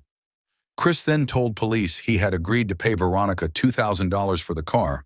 He said that when he had the money, he'd send it to her and she'd mail him the car's title. But this didn't quite make sense either. Why would someone who intended to stay close to someone they supposedly loved prepare to leave town with their car? Pressed to explain further, Chris claimed he'd last seen Veronica when he drove her to his brother's house late one night, dropping her off around midnight. After that, he said he drove out to the mouth of Black Rock Canyon where he slept in the car. But what was he doing there alone? And why didn't Veronica go with him? Something didn't feel right. Then detectives hit him with the real news. Veronica was the victim of a murder investigation. Chris's reaction was to fake surprise. His story continued to unravel as detectives dug deeper into his whereabouts and actions. A massive hole in Chris's plan came to light through security footage that showed him around his brother Kelly's house on the night Veronica died. Chris had insisted he'd left Veronica at Kelly's house that evening, but the cameras showed otherwise. Kelly was inside his house all night and didn't leave, meaning he couldn't have been involved in any crime outside. Not only that, but Veronica was nowhere to be seen in the footage. The implication was clear. Chris's story didn't match up with reality. But why would he try so hard to frame his own brother? Kelly, now fully aware of Chris's intentions, told detectives that he believed Chris was trying to set him up. He suspected it was all because of Veronica and the complicated relationships between the three of them. Kelly even admitted to having been with Veronica once in April, adding another layer to the twisted triangle. But when he proved he had a solid alibi for the night in question, police were quick to clear him. This left Chris as the prime suspect. It wasn't exactly a leap given his history. There were multiple domestic violence charges on his record, all involving Veronica. He tried to present himself as trustworthy and honest with the detectives, but with so much stacking up against him, the detectives weren't buying it. On June 19th, the same day Veronica's body was discovered, police tracked Chris down in Glenwood Springs. He was sitting in Veronica's car, parked in a Walmart parking lot. This was a red flag in itself. Veronica was already missing, yet he had her vehicle. Police arrested him for violating a restraining order and booked him into the Garfield County Jail. Here, 2 detectives from the Arvada Police Department paid him a visit early the next morning, eager to ask him about the final hours he'd spent with Veronica. The topic of his brother Kelly came up repeatedly in their conversation. As the detectives questioned him, Chris repeatedly denied having anything to do with Veronica's death. But his explanations were flimsy at best. He even went so far as to label her as a stalker, claiming she had been obsessed with him. Why would he suddenly turn the story around like this? The truth is, Chris's stories had more holes than solid ground, and the detectives could see through them. Despite his insistence that he was innocent, everything, from the security footage to his inconsistent statements, pointed in one direction. It all came back to him, to the tangled mess he'd created to cover his tracks. As the detectives gathered more evidence, it became clear that this was not a case of a simple misunderstanding or a tragic accident. It was far more complex, layered with deception, manipulation, and betrayal. With each step Chris took to try to cover his tracks, he only made it easier for the truth to come to light. And in the end, his actions told the story louder than his words ever could. So was it worth it? Did Chris think he could actually get away with it? These are the questions that linger, casting a dark shadow over the tragic story of Veronica Sarinana's final days. Now, Chris Moffat, then 36, told investigators that the tension with his older brother Kelly wasn't new. It had been simmering for years, even decades. In fact, the hostility went back to their childhood, long before Veronica Sarinana, the woman Chris was eventually convicted of killing, entered the picture. This bad blood between the brothers set the stage for a tragic outcome. But how did it get to the point of murder? After Chris was arrested and in jail, something unexpected happened. His younger brother, Kenny, arranged a video visit. Imagine Chris's surprise. He hadn't even checked the visitor log and had no idea his little brother wanted to see him. Despite the bitterness he harbored toward Kelly, the tension with Kenny was clearly different. Chris seemed genuinely moved to see his younger sibling, thrilled by the effort Kenny made to reach out while he was behind bars. During their conversation, Chris didn't dive into the details of his case. He told Kenny he couldn't talk about it because it was still unresolved. Kenny seemed to understand, not pressing him for information. Instead, they focused on other things, including one of Chris's deepest concerns, his young daughter from a previous relationship. Chris begged Kenny to stay involved in her life, urging him to make sure she didn't lose her connection to the Moffat family. It was a rare moment of vulnerability, and Kenny reassured his brother, promising to do whatever he could to help. But what does this tell us about Chris's mindset? Was he already facing the reality that he might not be around to raise his daughter? The brothers began regular video calls, giving glimpses into Chris's life in jail. But what is life really like for someone facing such serious charges? For Chris, it was a daily reminder of the decisions he had made as he lived out his days in confinement, speaking with Kenny through a screen. Then, the day before Thanksgiving, Chris had another emotional interaction. His father joined in on a video call with him and Kenny. In a moment that pulled at the heartstrings, father and son reconnected, sharing a bittersweet holiday visit. For Chris, it was a chance to feel connected to his family, despite the charges hanging over him. But did this reunion bring any peace, or did it only deepen the sense of loss and regret? Chris's plan to frame his older brother Kelly was ultimately unsuccessful. Investigators found holes in his story, and the evidence didn't line up with his accusations. Security cameras contradicted his account, and lab results sealed his fate. DNA evidence found on Veronica's body, specifically on her hands and neck, matched Chris, not Kelly. Meanwhile, Kelly's DNA was nowhere to be found. The truth of what happened to Veronica started to come into focus, and Chris's attempt to deflect responsibility was exposed. But what was going through his mind as this evidence piled up against him? Did he believe he could actually get away with blaming his brother? The autopsy report further confirmed the tragedy of Veronica's final moments. It revealed that she had suffered extensive bruising and abrasions on her lips, eyes, throat, neck, and shoulders.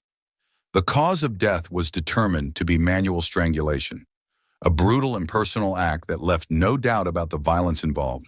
For investigators, this reinforced the picture of a troubled relationship, marked by abuse and escalating hostility. In 2021, Chris finally admitted his guilt. He entered a plea deal, pleading guilty to second-degree murder and accepting the charges against him. This agreement allowed him to avoid a first-degree murder conviction and an additional charge of tampering with physical evidence. Yet it still led to a significant sentence. Jefferson County Judge Diego Hunt handed down a 40-year prison sentence for the murder, with an additional 15 years for tampering with a deceased human body. Chris also faced 8 years of parole once his sentence is completed. But was this justice served, or could there have been a different way forward? The story of Chris Moffat is a disturbing look into how unresolved family conflicts can spiral into tragedy. It's a case that raises so many questions. What could have been done to prevent this? How did the dynamics within the Moffat family set Chris on this path? And what are the lasting impacts on those left behind? Veronica Sarinana's memory serves as a grim reminder of the dangers of domestic violence and the lives it can claim. For her family and friends, justice may have been served, but it can never replace the loss they endured. Meanwhile, the Moffat family is left with fractured ties and painful memories. The case forces us to confront the darker aspects of human nature and the irreversible consequences of choices made in anger and resentment. Now, how do you feel about the justice served in this case? Let us know in the comments below, and do not forget to like, share, and subscribe to our channel for more. On April 7, 2018, a frantic Keith Johansson called 911, claiming his wife, Brandi, had shot herself. Flagler County 911, where's your emergency? Yes, may I have an officer over at 23 Helter Lane? 23 what? Helter Lane. Felter? Yes. Okay, what's going on, man? I was in the shower. I heard gunshots, and I think my wife shot her. Emergency responders discovered Brandi's lifeless body in the master bedroom, just feet away from her son, who was watching television in another room.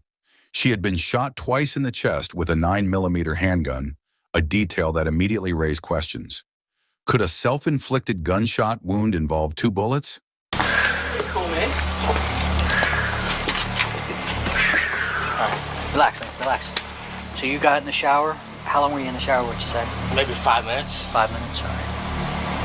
And I heard 5 boom, minutes. boom, and I thought it was a How balloon. many shots did you hear? 2. You heard 2? And I thought it was a balloon at first. Then I heard the secondary shot. And I ran out there and seen her laying there going, so I called you guys immediately. Johansson's accounts to authorities were riddled with inconsistencies. Initially, he claimed Brandi had been handling the gun carelessly. Later, he suggested she might have been deeply distressed. Over time, his stories became increasingly bizarre, hinting at an unknown shooter or even implicating Brandi's young son. How am I gonna tell her, Mom? All right, hey, listen, at this point, just listen. You're just going through a traumatic experience right now. Just relax, deep breaths. Try to just collect your thoughts. All right. Listen, this is not something that you're going to be able to do like that. Okay. Right. So just. I don't want nobody in my family to ever have a gun again. Okay, Keith, you're just, right now you need to try as hard as nothing nobody can say to me. I know, but... Keith's emotions appeared to convince friends and family of his sincerity, but officers and detectives remained skeptical. Deputies at the scene noted the absence of water on his person and the presence of defensive scratches on his torso, injuries that suggested a possible struggle. A lot of scratches. Yeah. He's not wet. No. So he was in the shower. Yeah. Okay. The only thing that thing is the shower is underneath his shirt. Under her shirt? Under his shirt. Where? The casing. It's like right at the foot of the bed to the right. Dude, he's got scratches and blood all over him. And he said that he was in the shower. He's not wet at all.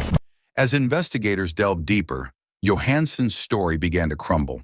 Surveillance cameras in the home captured his interactions with Brandi the night before her death.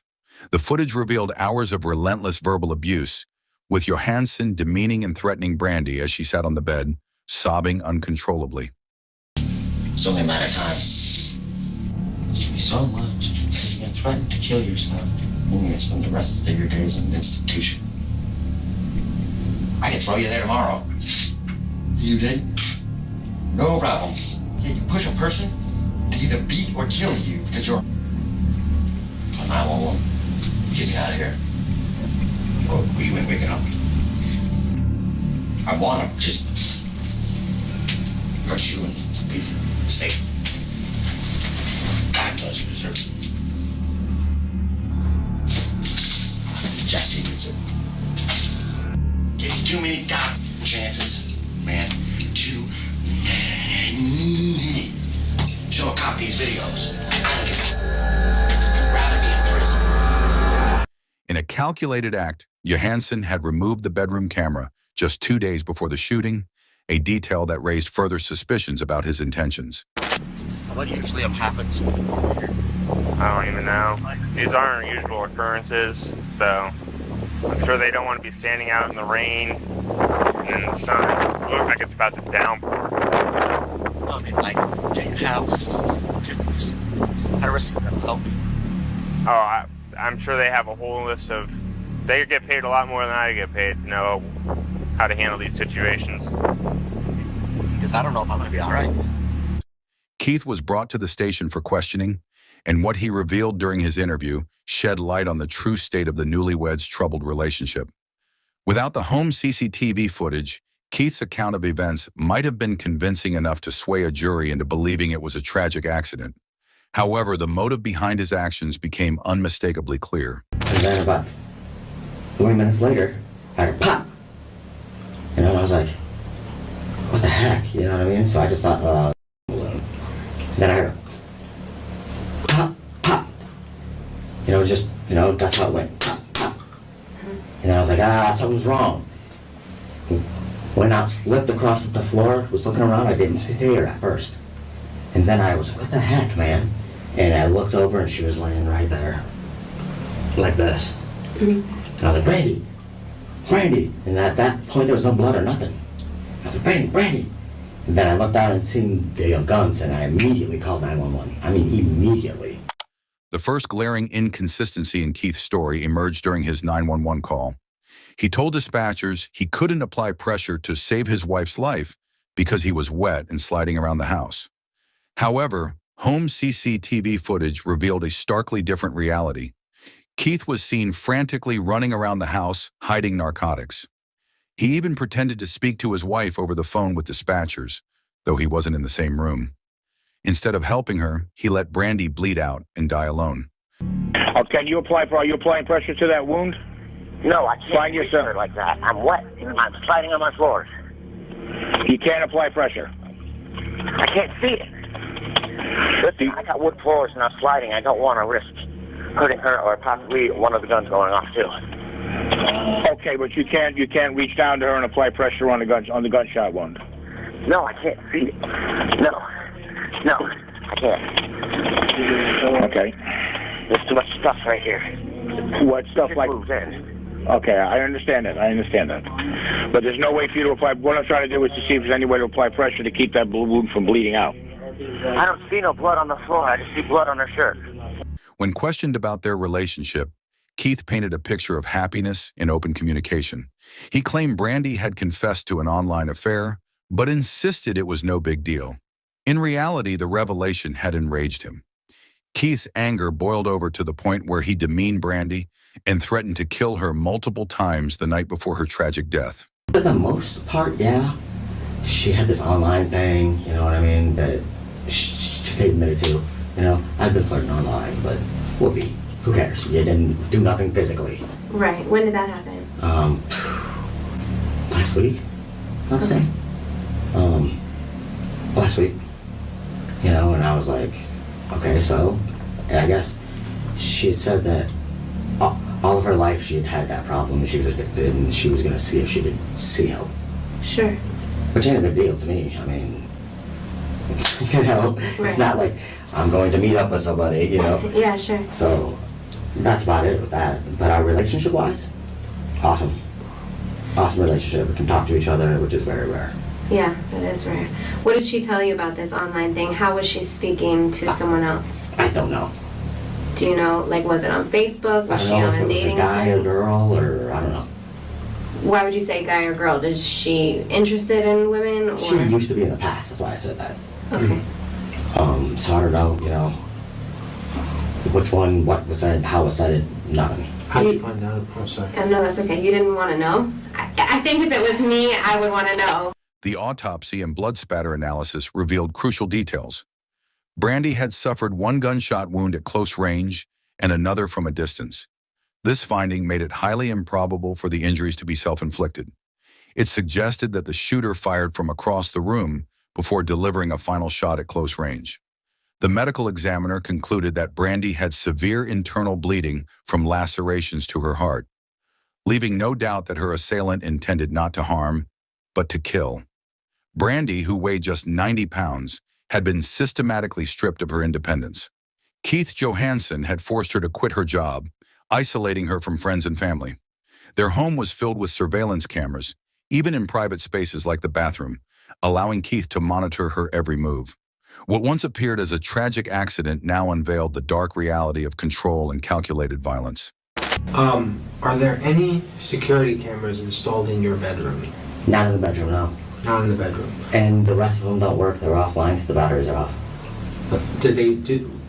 Hypothetically speaking, did they record audio and video? Some of them do, some of them don't. Okay. And we just had them up. When did those get installed?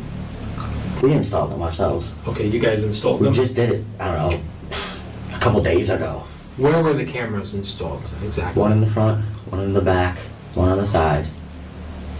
And this side's not, I haven't got one yet for that side. Okay. You told somebody, what service are you using? Is it cloud-based or what? I'm not even sure. They're so new. I believe. Who are you paying? You paid somebody. No. So you don't pay any. Who'd you buy the cameras from? Walmart. Walmart. Do you know what brand they were? R something. Okay. And they were all like in the same package. And do you pay a subscription? Two are wired and one wired. Did you pay a subscription every month? Yes. Okay. And the prescription, I'm sorry. It's a one-time kind of thing. One-time thing, and they get uploaded to a cloud, or they're in a hard I guess. Okay, so there's no like hard drive somewhere? No. Nothing. Okay. How do you work those cameras? Usually through a cell phone. Okay. And you had like an app on your phone or something like that? Yes. But we just got new phones. Keith had an excuse for every reason he couldn't provide investigators with the video surveillance footage. But detectives quickly saw through his lies. His evasiveness was a stark contrast to the behavior of an innocent person, who would typically have no hesitation in providing evidence to clear their name once suspicion arose. Keith's deception only deepened the investigators' doubts about his innocence. And you and your wife, I imagine, are the ones that know the password for that? Sure. Okay. So in your extensive gun career... I don't know about extensive, but... Well, I mean, you're more familiar than she is. How often does it happen that somebody accidentally shoots themselves twice? I don't know if she was shot once or twice. I don't know. Well, you said it went off twice. Yes. I don't know. I don't know. If she dropped the other one, it happens. Sure. I have never heard of it being like that unless you drop it. Right. Heard of it being like what? I'm sorry. Like a misfire. We need to have a little bit of a harder conversation. Okay. Because as much as I want to believe that the guns fell and went off and shot her, what we have at the scene just doesn't show that. So I want to keep our relationship open and honest, and I want to be able to respect you, and I want to be able to preserve the love that you have for Brandi, and I also want to give Brandi the justice that she deserves, and I think we need to have a harder conversation. Go for it. Is there any chance at all that something different happened that you have not told us? None. Because that's what happened. I got no reason to lie, you guys. I mean, you guys are investigators, for God's sake. That's what I seen, and that's what I heard. Well, I mean, you said you have no reason to lie. I mean, I'm not saying that you're flat out lying to us. That's not what I'm saying at all. Okay. What I am saying is that what we have at the scene does not add up to what you're telling us. I want to believe you. I do. And I want to keep this relationship going that we have so that it's not difficult for you. I don't want to add to the trauma that you've already gone through. I really don't. It's all going to be difficult. Well, yes, but you can make it easier for yourself. We cannot. Sure. If after we leave out of this room today, I'm able to say that I feel comfortable with everything that we've talked about, you'll never have to see me again. Okay. And at this point, I don't feel comfortable with that. That's fine. You can investigate as much as you want. And we're going to. It's fine. But this is your opportunity to help yourself and to lay it all out for us. Because there's a backstory. This isn't the story. This is the story. And I'll get a lawyer and I will prove that this is the real story. Okay. And you are completely entitled to that. Ask Rylan. I mean, that's all that happened. We did ask him. Okay. And you know what he told us? Do you want to know? Yeah, because I wasn't up. So. He told us that he heard his mom scream. I heard no screams at all. None. Why would he make that up? Ask him. Is he a liar? He has been known to tell fibs, yes. Does he tell you on the regular that his mom screams in the bedroom? No. Has he ever told you that his mom screams and it was a lie? No, not screaming, but he lies about a bunch of other different things. You can ask his real father, and he'll tell you that too. So why on this date would he lie about his mom screaming in the bedroom? Investigators began to apply pressure. Keith's body language noticeably shifted. His confident demeanor gave way to visible discomfort, and his tone grew more hesitant, lacking the elaborate storytelling he had displayed earlier. Detectives employed the classic good cop, bad cop tactic, probing for cracks in his composure. The shift in Keith's behavior was telling, as the mounting pressure began to chip away at his facade. You guys can try to pin whatever you want on me. She didn't scream. Listen, dude, nobody's trying to pin anything on you. I'm just telling you what I heard, man. That's it. What I heard, what I seen. I mean, if you're trying to pin something on me, why would I have called 911? You have a conscience. That's why. You love your wife. That's why. So why would... Shit happens in the heat of the moment. You're not a bad person. You're not a fucking monster. No. I would never do anything like that.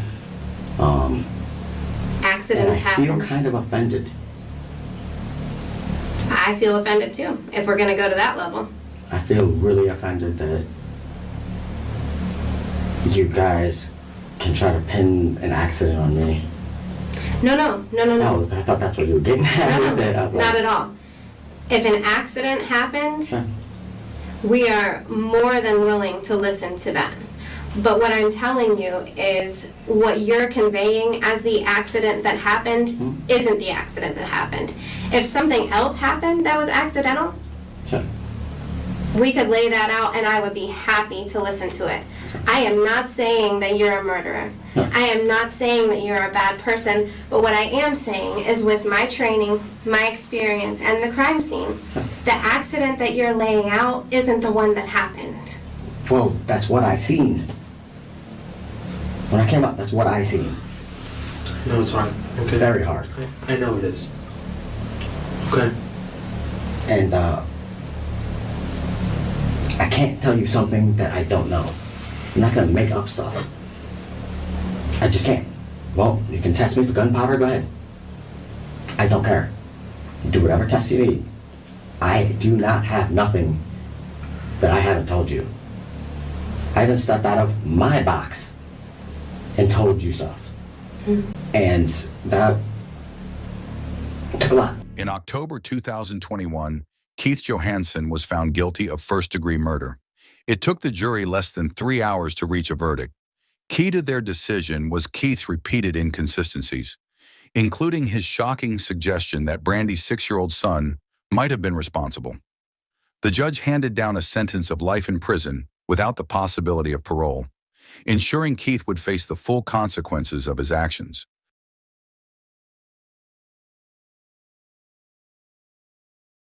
What is the address of your emergency? Olivia! Please, hurry. I want to take the gun. Tell me what's going on.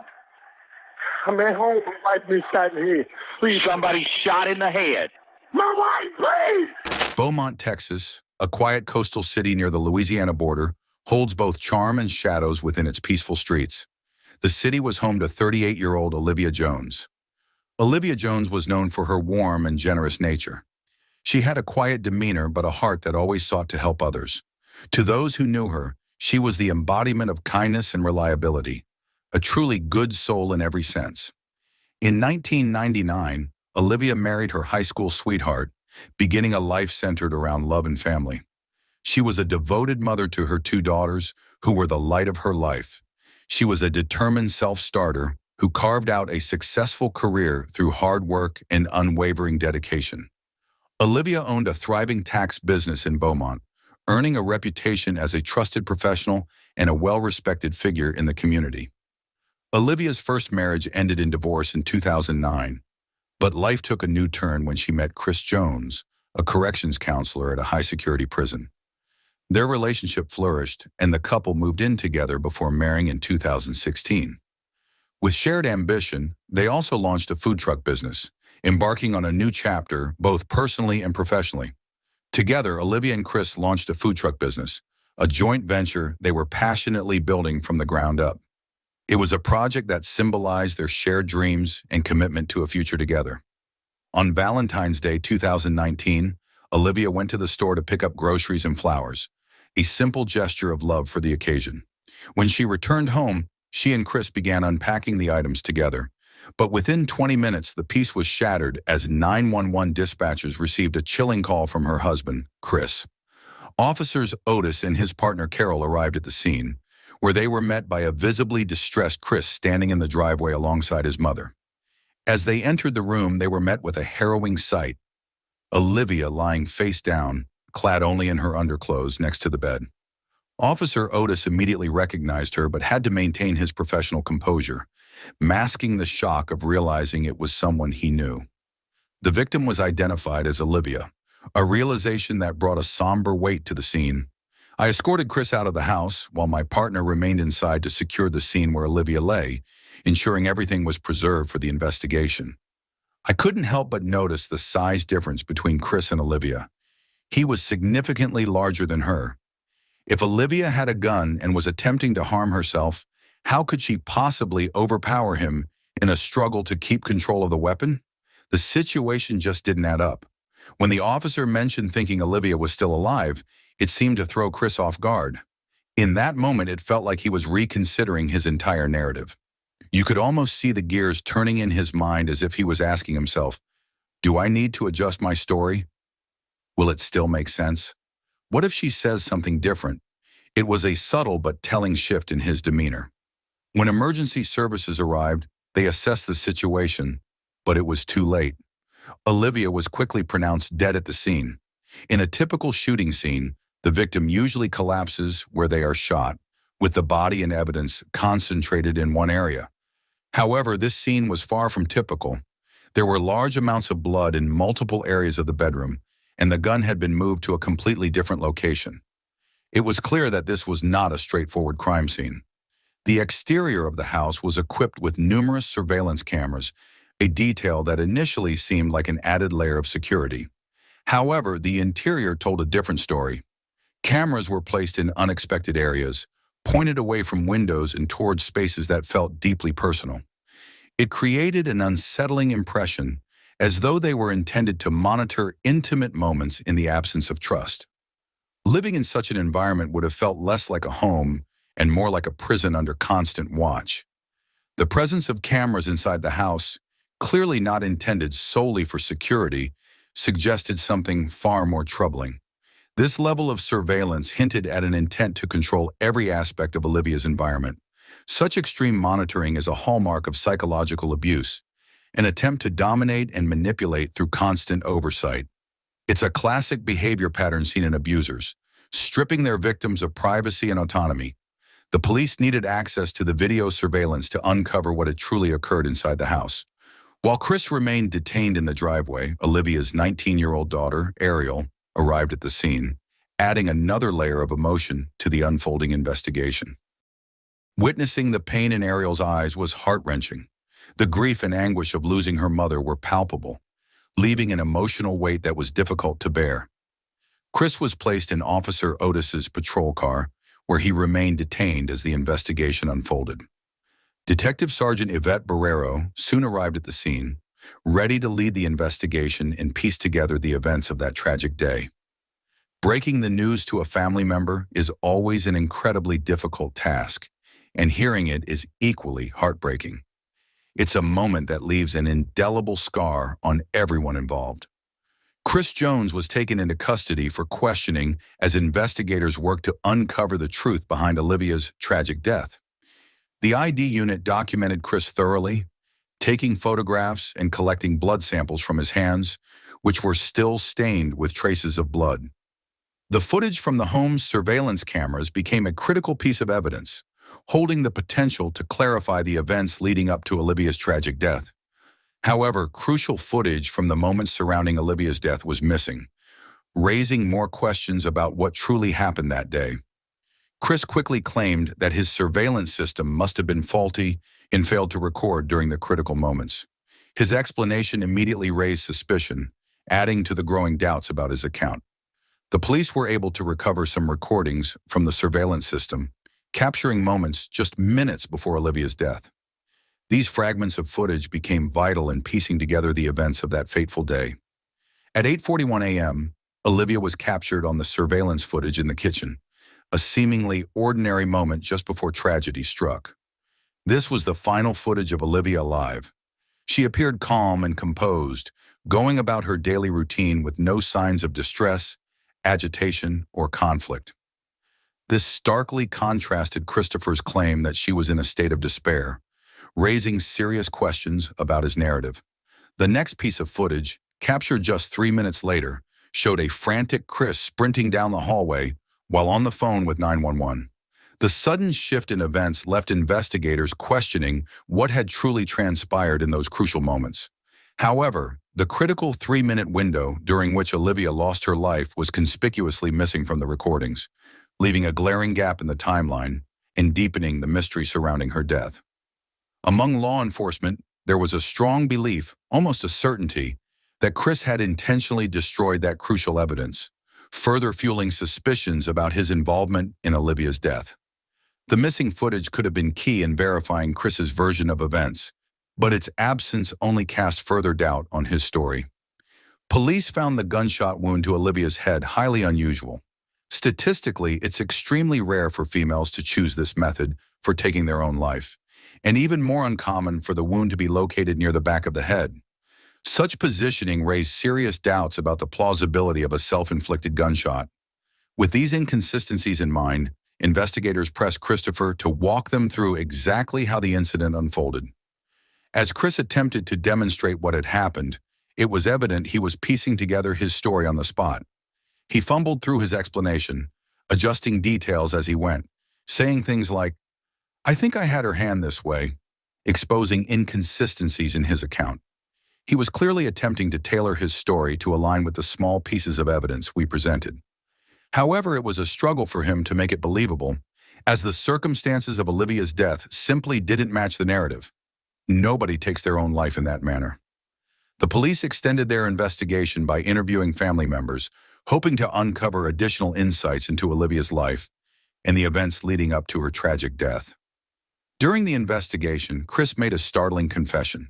He admitted to deleting video files from the surveillance system, further deepening suspicions about his involvement in Olivia's death. This revelation was a powerful piece of evidence. In a situation where his wife had supposedly accidentally shot herself and lay dead in a pool of blood, a normal person wouldn't prioritize deleting surveillance footage from their phone. Such actions were far from typical. They were glaring signs of guilt.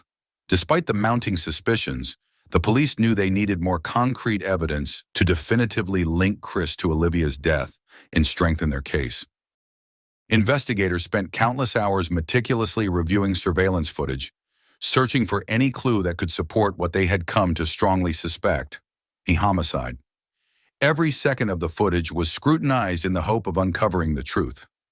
Archive recordings revealed a damning insight into the dynamics of Chris and Olivia's relationship, shedding light on patterns of control, tension, and manipulation that painted a darker picture of their life together.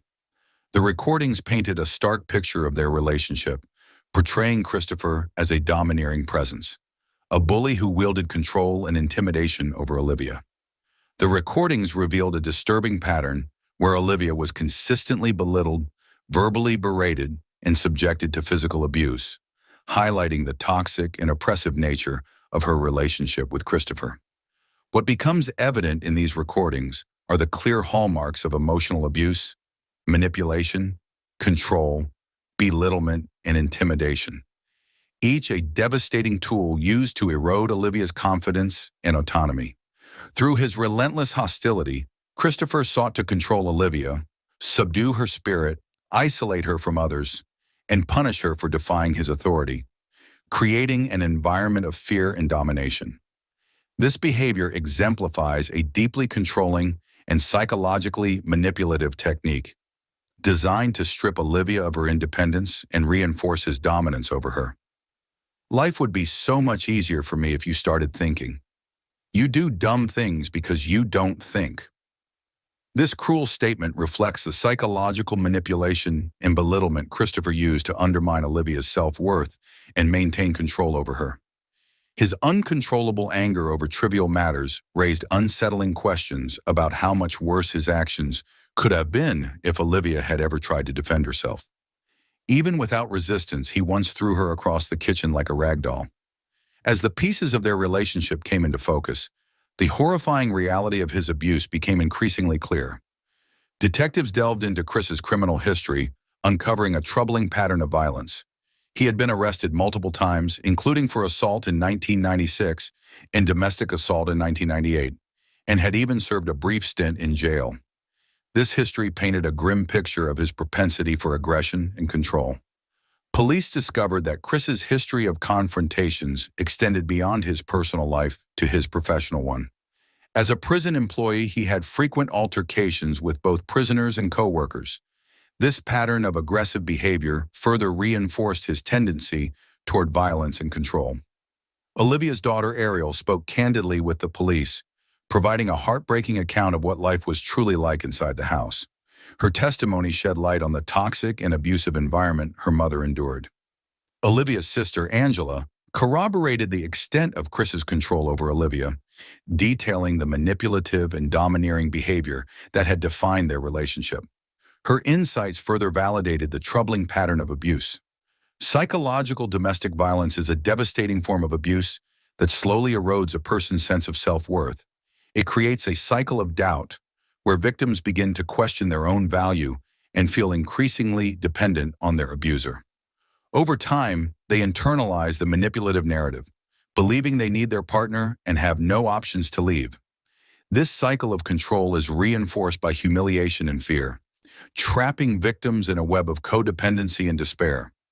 Chris's ex-wife, Letitia, revealed a troubling history of violent behavior during their time together, further exposing a long-standing pattern of aggression and control in his relationships.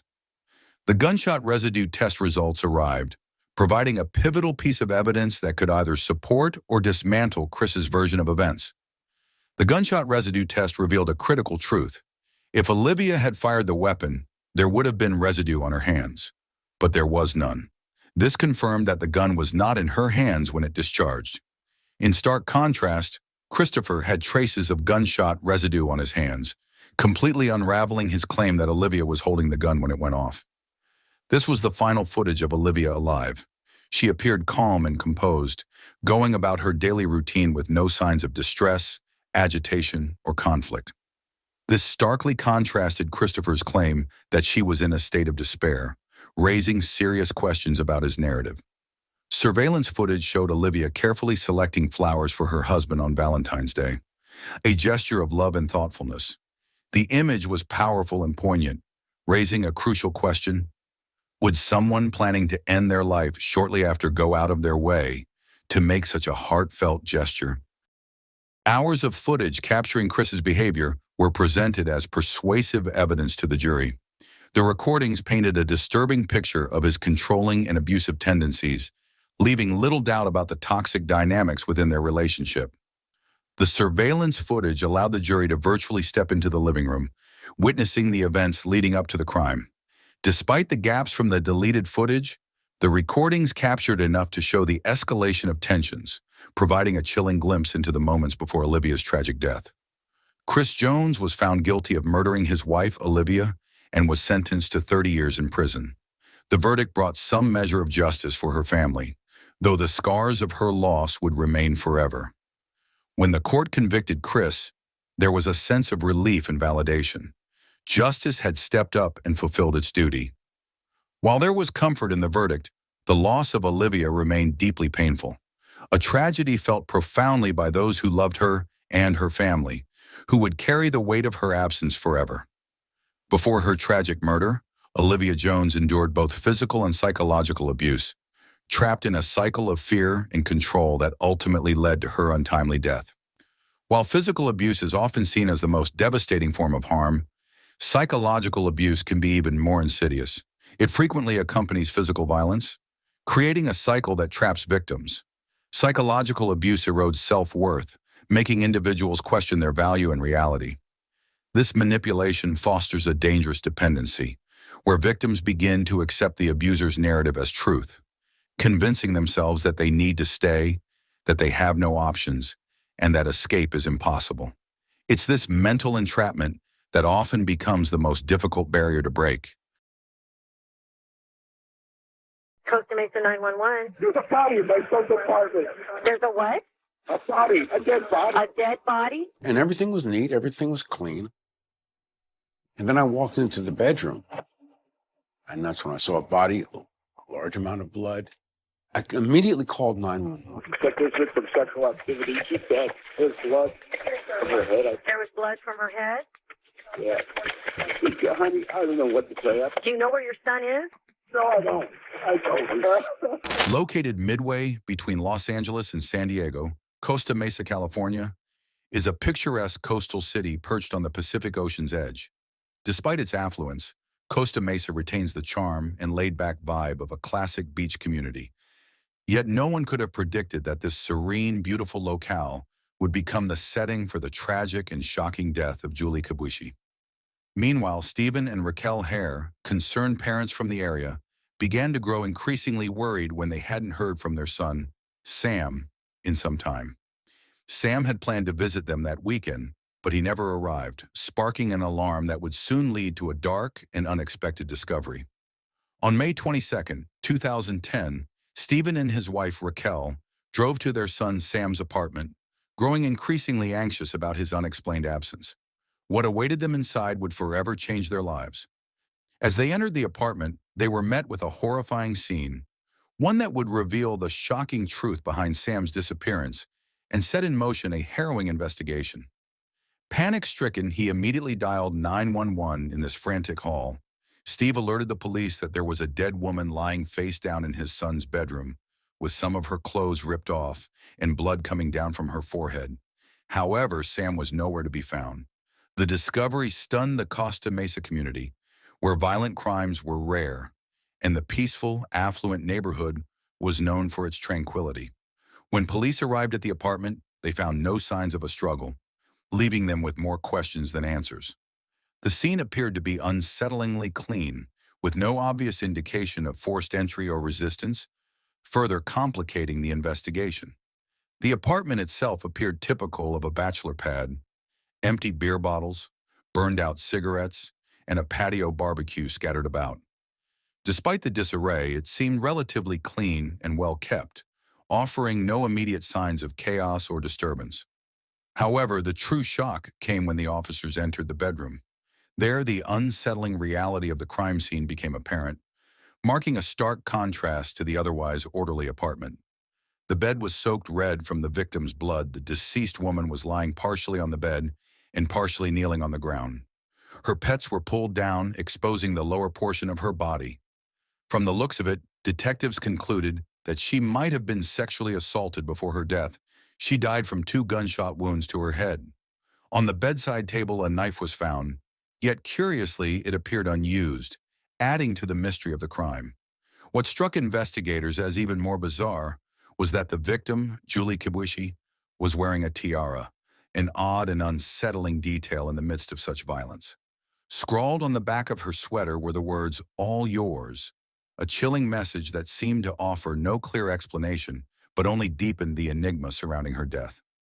Her purse was discovered in the kitchen, and from her driver's license, detectives were able to confirm the victim's identity: 23-year-old Julie Kibuishi. Julie Kibuishi, born on Valentine's Day in 1987, was the third of 4 children to Japanese-American parents, June and Masa Kibuishi. From a young age, she was affectionately called "My Valentine Girl" by her parents. Julie developed a passion for dance early on, starting tap dancing at 5, and this love for music and movement stayed with her throughout her life. Known for her bubbly, goofy personality, Julie was a joy to be around, always making people laugh. She exuded positivity and was always there for her friends, often going out of her way to help others. Julie embraced both her Japanese heritage and a free-spirited, all-American attitude, making her a unique and beloved figure in her community. After graduating from the Orange County School of the Arts, Julie Kibuishi pursued her passion for fashion design at Orange Coast Community College. It was here that she met 26-year-old Sam Hare, and the two quickly became close. Julie even tutored him in anthropology, generously sharing her time and knowledge. Little did she know, her kindness would ultimately lead to a tragic and fatal turn of events. As detectives carefully combed through the crime scene, they began to piece together the tragic events that led to the death of this bright and promising young woman. All evidence seemed to point to Sam Hare as the prime suspect. After all, it was his apartment where Julie's body had been discovered, and now he was nowhere to be found. With mounting suspicion, investigators knew it was time to take a closer look at Sam Hare and uncover the truth behind Julie Kibuishi's brutal death. Sam Hare was born on May 29, 1983, in Los Angeles, California, to parents Stephen and Raquel Kalberman. As their only child, he was deeply loved and doted on, particularly by his father, a special education teacher, and his stay-at-home mother. Sam remained close to his parents throughout his life, visiting them often even after moving away. Despite his large muscular build, friends described him as a gentle giant, a fun-loving, easygoing guy who had a heart of gold. At a young age, Sam enlisted in the United States Army, serving a tour of duty in Afghanistan and Germany with the 173rd Airborne. After 3 years of service, he was discharged and returned to Southern California to attend college using his GI Bill benefits. His goal was to finish his degree and then re-enlist in the Army as an officer. To achieve that, Sam enrolled at Orange Coast Community College, where he developed a friendship with Julie, who was 3 years younger than him. However, like many war veterans, Sam struggled with the effects of PTSD from his time in the military. The trauma he experienced during his service left deep scars, and investigators began to wonder, had Sam snapped under the weight of his past, possibly committing the crime in a moment of passion or distress? The question loomed larger as they looked more closely into his troubled history. When Sam was nowhere to be found, detectives quickly concluded that he was likely on the run after murdering Julie in his own apartment. Their suspicions deepened when they discovered text messages on Julie's phone from Sam's number, sent around 2:45 p.m. on May 21, 2010. In the first message, Sam told Julie that he was going to help a friend and then head to his parents' house. However, just 2 hours later, his tone shifted drastically. He sent several texts, pleading with Julie to come over to his apartment. The messages were filled with distress, as Sam seemed upset and in turmoil, prompting Julie to respond with a reassuring message. "I'll be there for you, like family." Julie, ever the concerned friend, agreed to meet Sam, unaware of the danger that awaited her.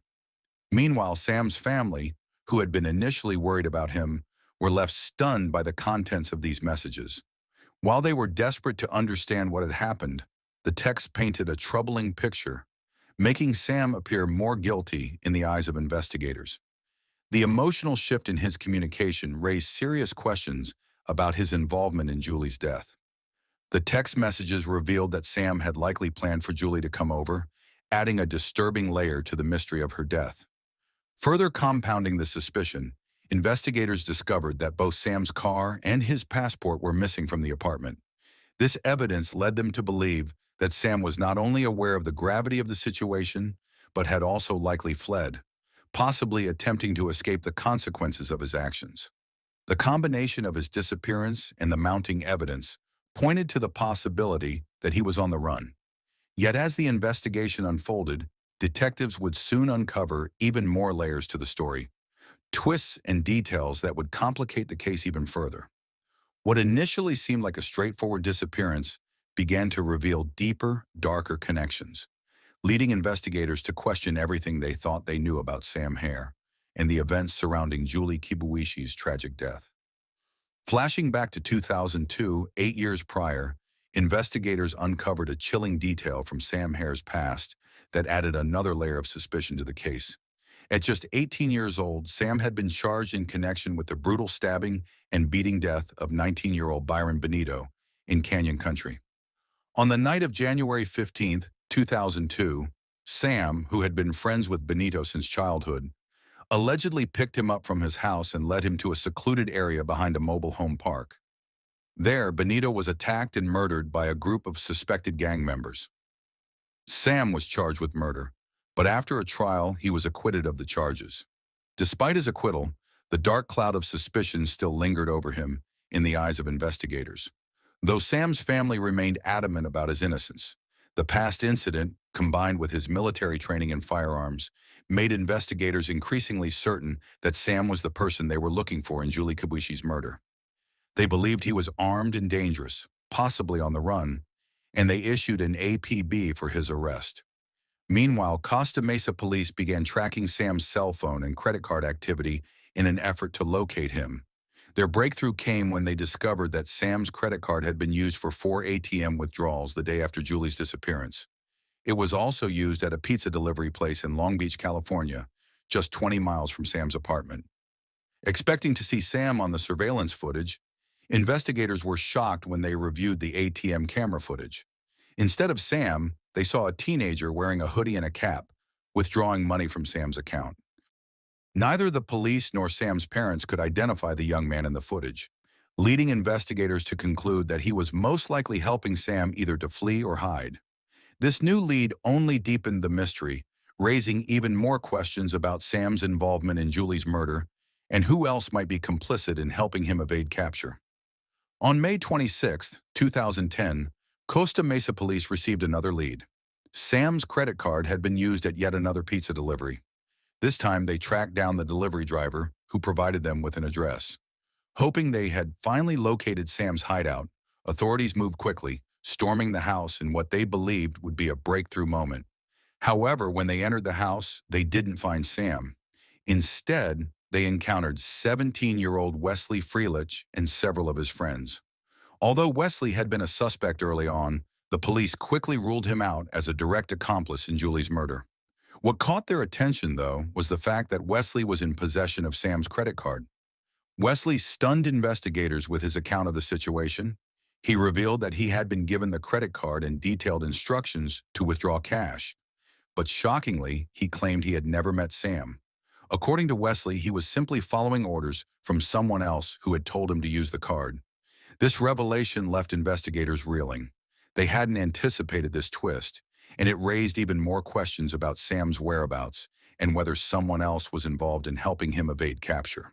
The mystery deepened when investigators learned that the person Wesley Fluitt had been dealing with was Daniel Wozniak, a local theater actor whom Wesley had met through community theater. Wozniak had told Wesley that he was a bail bondsman and that he needed to collect money Sam owed. To most people, such a request might have seemed suspicious, but Wesley, who looked up to Wozniak as an older brother figure, didn't question it.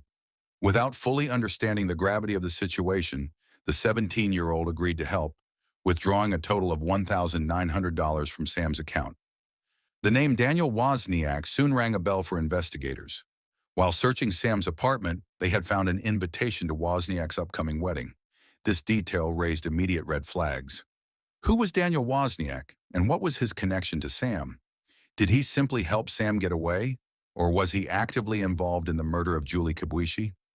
As investigators delved deeper, it became clear that many questions still needed to be answered. Wozniak's role in the unfolding events remained uncertain, but his involvement in the case was quickly becoming a critical piece of the puzzle. Daniel Patrick Wozniak, born on March 23, 1984, as the youngest of 3 boys, grew up in a luxurious home where his family often enjoyed expensive vacations. Due to his parents' long work hours, Daniel spent a lot of time with his grandparents after school. He was described as a well-behaved kid in school, excelling academically and using jokes, singing, dancing, and magic tricks to get attention. As he grew older, Daniel realized he had a natural talent for performance and began acting and singing in musicals in his early 20s. Although he struggled to hold a steady job, often moving from one low-paying position to the next, his passion for theater remained strong, and he continued performing in local productions. In one of those musicals, Daniel met the woman of his dreams, a fellow actress. After a brief romance, they decided to marry. Their wedding was set for May 26, 2010.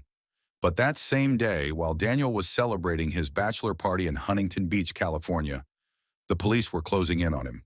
When authorities tracked down Wozniak, they were convinced he had some connection to Sam Hare, who was now a prime suspect in the murder of Julie Kibuishi. It turned out that Wozniak lived in the same apartment complex as Sam, which raised immediate suspicions. Had Wozniak helped Sam flee or hide? Or was he complicit in Julie's murder?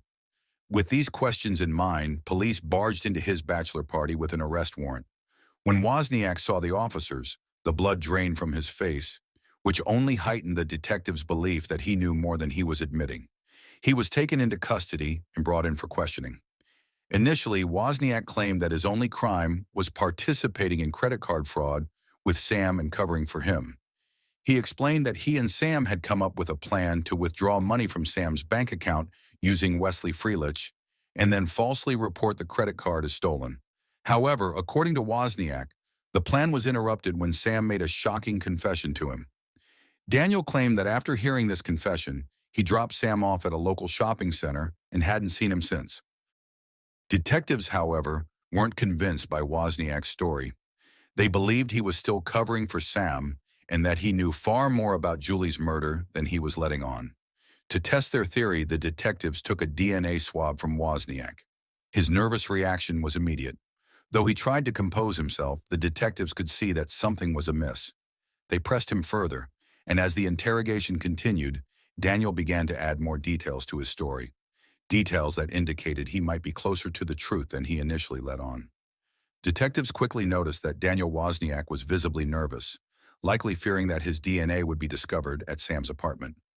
Although Wozniak attempted to maintain his innocence, cracking under pressure, he began to change his story repeatedly. After a long pause, he finally admitted that he knew about Julie's murder and claimed he had helped Sam get away. However, when detectives reminded him that they had his DNA, he reassured them that it wouldn't be found on Julie's body, still holding on to the claim that he had no involvement in the murder.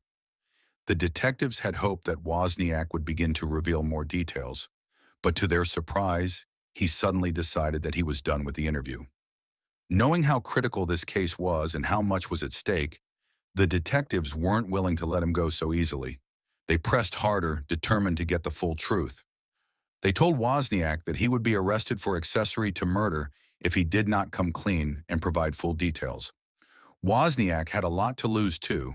His wedding was scheduled in just 48 hours, and he clearly did not want to miss it. Under this pressure, Wozniak began to crumble, and his story started to shift once again.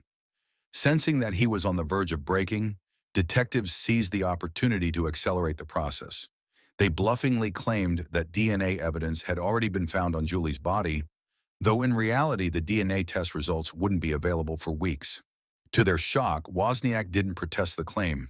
Instead, he admitted that his DNA was on Julie's body because he had been standing right over her when she was killed.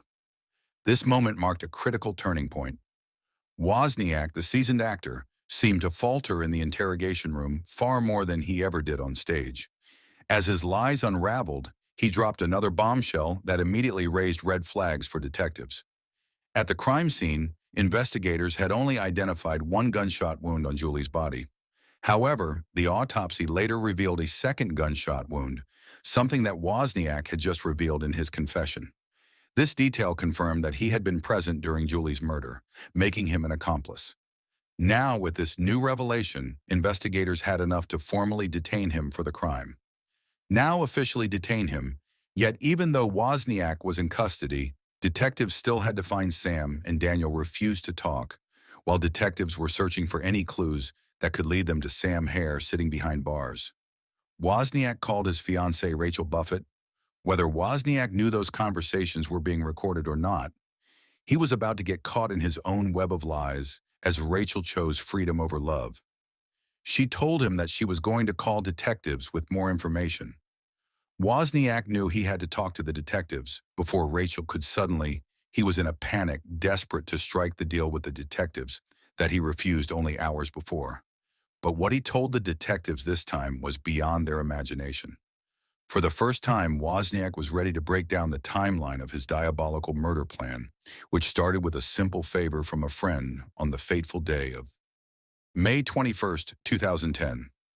Wozniak asked Sam, who considered him a good friend, to help move some boxes at the Los Alamitos theater attic in a local military base.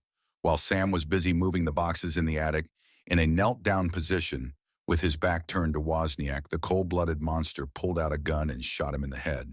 Once initially, Sam never knew what hit him after realizing he'd been shot. He begged Wozniak to help him, Without a shred of hesitation, this merciless killer reloaded his gun and shot him a second time, killing him instantly after killing Sam. He was still not finished in a cold and composed manner. He did the unthinkable by texting Julie from Sam's phone and luring her to Sam's apartment. In the utmost callousness, he left Sam's body in the attic and went to perform his play laughing, singing, dancing, as if he did not just murder an innocent man and lure another to the same fate. Later in the night, Wozniak snuck into Sam's apartment, and once Julie was inside the apartment, he shot her 2 times in the head. He then staged the crime scene to make it look like Sam fled after assaulting and killing Julie in his apartment. However, he still needed to make sure that no one found Sam in desperation. He proceeded to commit one of the most depraved acts possible. He returned to the attic and dismembered Sam's hands and head. In an attempt to conceal the deceased's identity, he disposed of them at a nearby park. But even after these heinous acts, seemingly without a care in the world, Wozniak once again returned to the theater in several cast party photos. Detectives collected later, he can be seen laughing and joking with other members. But perhaps the motive remains even more twisted than the murders themselves. It all boiled down to money. Wozniak had always struggled with money and maintaining steady employment. At the time of the murders, he was 2 months behind on rent and facing eviction. On top of that, he had no way of paying for the lavish wedding and honeymoon he had planned. That's when he learned about the $62,000 in Sam's savings, money Sam had accumulated from his time in the military. In a chilling turn of events, Wozniak decided to kill 2 innocent people in cold blood, all to finance his dream wedding and an extravagant vacation. If the confession alone wasn't enough, investigators found a crucial piece of evidence that would ultimately tie Wozniak to the murders. In a conversation with his fiancée Rachel, Wozniak had mentioned a bag of evidence. His brother Tim had been instructed to dispose of it, but instead he threw it over the fence at their parents' house. Inside that backpack was a trove of incriminating evidence: Sam's financial details, his passport, and Wozniak's bloody clothes. Most damning of all, the murder weapon was found in the bag. Wozniak's DNA was all over the items, leaving little doubt that he was the sole perpetrator of the double homicide. On December 16, 2015, after a brief trial lasting only 5 days, Daniel Wozniak was found guilty of 2 counts of first-degree murder. On January 11, 2016, after just 1 hour of deliberation, what was described as one of the shortest death penalty deliberations in history, the jury recommended the death penalty for Wozniak. On September 23, 2016, the judge officially sentenced him to death. However, the deception didn't end with Wozniak. Detectives later discovered that Wozniak's former fiancée, Rachel Buffett, had known about the murder plot all along. Despite denying any involvement, she had lied multiple times to the police during their investigation. As a result, she was arrested and charged with 3 felony counts of accessory after the fact. On September 12, 2018, she was convicted on 2 of those counts, with a maximum sentence of 44 months. On November 8, 2018, she was sentenced to 32 months in prison and was released in 2019. The victims, Sam Hare and Julie Kibuishi, had their lives tragically taken from them by a man driven by greed. Their families were left shattered, struggling to understand why such cruelty was inflicted upon them. The only consolation they can find is that Daniel Wozniak is spending his final days behind bars, unable to harm anyone else. This case is a tragic reminder of the destructive power of selfishness and deception. Wozniak's desire for a lavish life led to the brutal murder of 2 innocent people. The families of Sam and Julie can never fully heal from their loss, but at least they can find some small measure of justice, knowing that this monster will never walk free again. We invite you to share your thoughts on this heartbreaking case in the comments below. Don't forget to like, share, and subscribe for more chilling stories like this one. On October 7, 2012, a man was walking along the streets of the Superior Division in Westminster, Colorado, when he stumbled upon an abandoned school backpack lying on the sidewalk. The bag contained a pair of purple glasses, boots, urine-soaked clothes, and a water bottle with the words "Life is Good" printed on it. Upon noticing Jessica Ridgeway's name on the water bottle, the concerned local resident took immediate action by posting the discovery online in an effort to return the belongings. At this point, more than 48 hours had passed since Jessica had gone missing, and an active Amber Alert was in place. The community, deeply worried, hoped this find might lead to answers, though it only heightened the urgency of the search and the heartbreak of those who knew and loved her. Despite the Amber Alert, the local resident who found the backpack was unaware of it. He was simply trying to locate the rightful owner of the items, not realizing they were connected to the disappearance of Jessica Ridgeway. Fortunately, someone online made the connection and alerted the police, bringing crucial attention to the case. Jessica Ridgeway, born on January 23, 2002, in Westminster, Colorado, was the daughter of Sarah Ridgeway and Jeremiah Bryant. When Jessica was 10 years old, her parents were going through a divorce and engaged in a bitter custody battle. During this time, Jessica lived with her mother, Sarah, along with her grandmother and aunt, while her father resided alone in Missouri. Even as a young child, Jessica showed remarkable independence. In 5th grade at Witt Elementary School, she demonstrated a maturity well beyond her years. As a member of the cheerleading squad, she often practiced at the local Stanley High School. Responsible beyond her age, Jessica took care of her dog and completed tasks without needing reminders from her mother. Her strong sense of responsibility and maturity made her stand out even at such a young age. Jessica had big plans for Halloween in 2012. She was going to dress as a zombie lifeguard. The humor and irony in her choice perfectly reflected Jessica's goofy, fun-loving personality. Always wearing a smile that revealed a charming little gap between her 2 front teeth, she had a knack for brightening the lives of everyone around her. Her infectious personality was complemented by her favorite color, purple, which was evident in the purple-rimmed glasses she wore every day. The last time Sarah saw Jessica was on the morning of Friday, October 5, 2012. As was her routine, Jessica was heading to Chelsea Park to meet a friend before walking to school. She started her day with a granola bar and an orange, enjoying a bit of TV while getting ready, just like any other morning. Earlier that morning, Jessica had called her friend's dad to make plans to meet at the park near his house and walk to school together. Her school was just 3 blocks away from their home. Sarah, having just finished a work shift, returned home at 7:30 a.m. to help Jessica get ready for school. Throughout the night, Jessica had been cared for by either her grandmother or aunt, as all 3 lived in the same household. Their work schedules ensured that there was always an adult present to look after Jessica, day and night. On that snowy morning, Jessica left for school wearing blue jeans, a puffy black jacket with pink lining, and black boots adorned with little fluffy palms. She also wore her distinct purple prescription eyeglasses and carried a black and pink Victoria's Secret backpack. That day, Jessica walked to school alone, as she was running late to meet her friend. Her friend, along with his dad, had decided to leave without her, assuming Jessica's mom would drive her to school. The friend waited until just 10 minutes before school started, before asking his dad to drive him, ensuring he would arrive on time. A few weeks prior, reports had surfaced of a white van attempting to lure girls with promises of candy in Colorado, putting the community on high alert. Tragically, on that fateful morning, Jessica became the victim of a sinister plot. As she was passing a park, a gold Jeep Cherokee with a young man hiding inside lay in wait to grab her. Jessica never made it to school that day. Her mother, Sarah, had been catching up on sleep after a late work shift the night before. When Sarah awoke at 4 p.m., she realized that Jessica had not yet returned home. By this time, 10-year-old Jessica Ridgeway had been missing for 8 hours. That day, Sarah had put her phone on silent due to receiving several random calls, a departure from her usual practice. When she checked her voicemails, she was shocked to discover that both the school and the police had called around 10 a.m. to inform her that Jessica had not made it to school.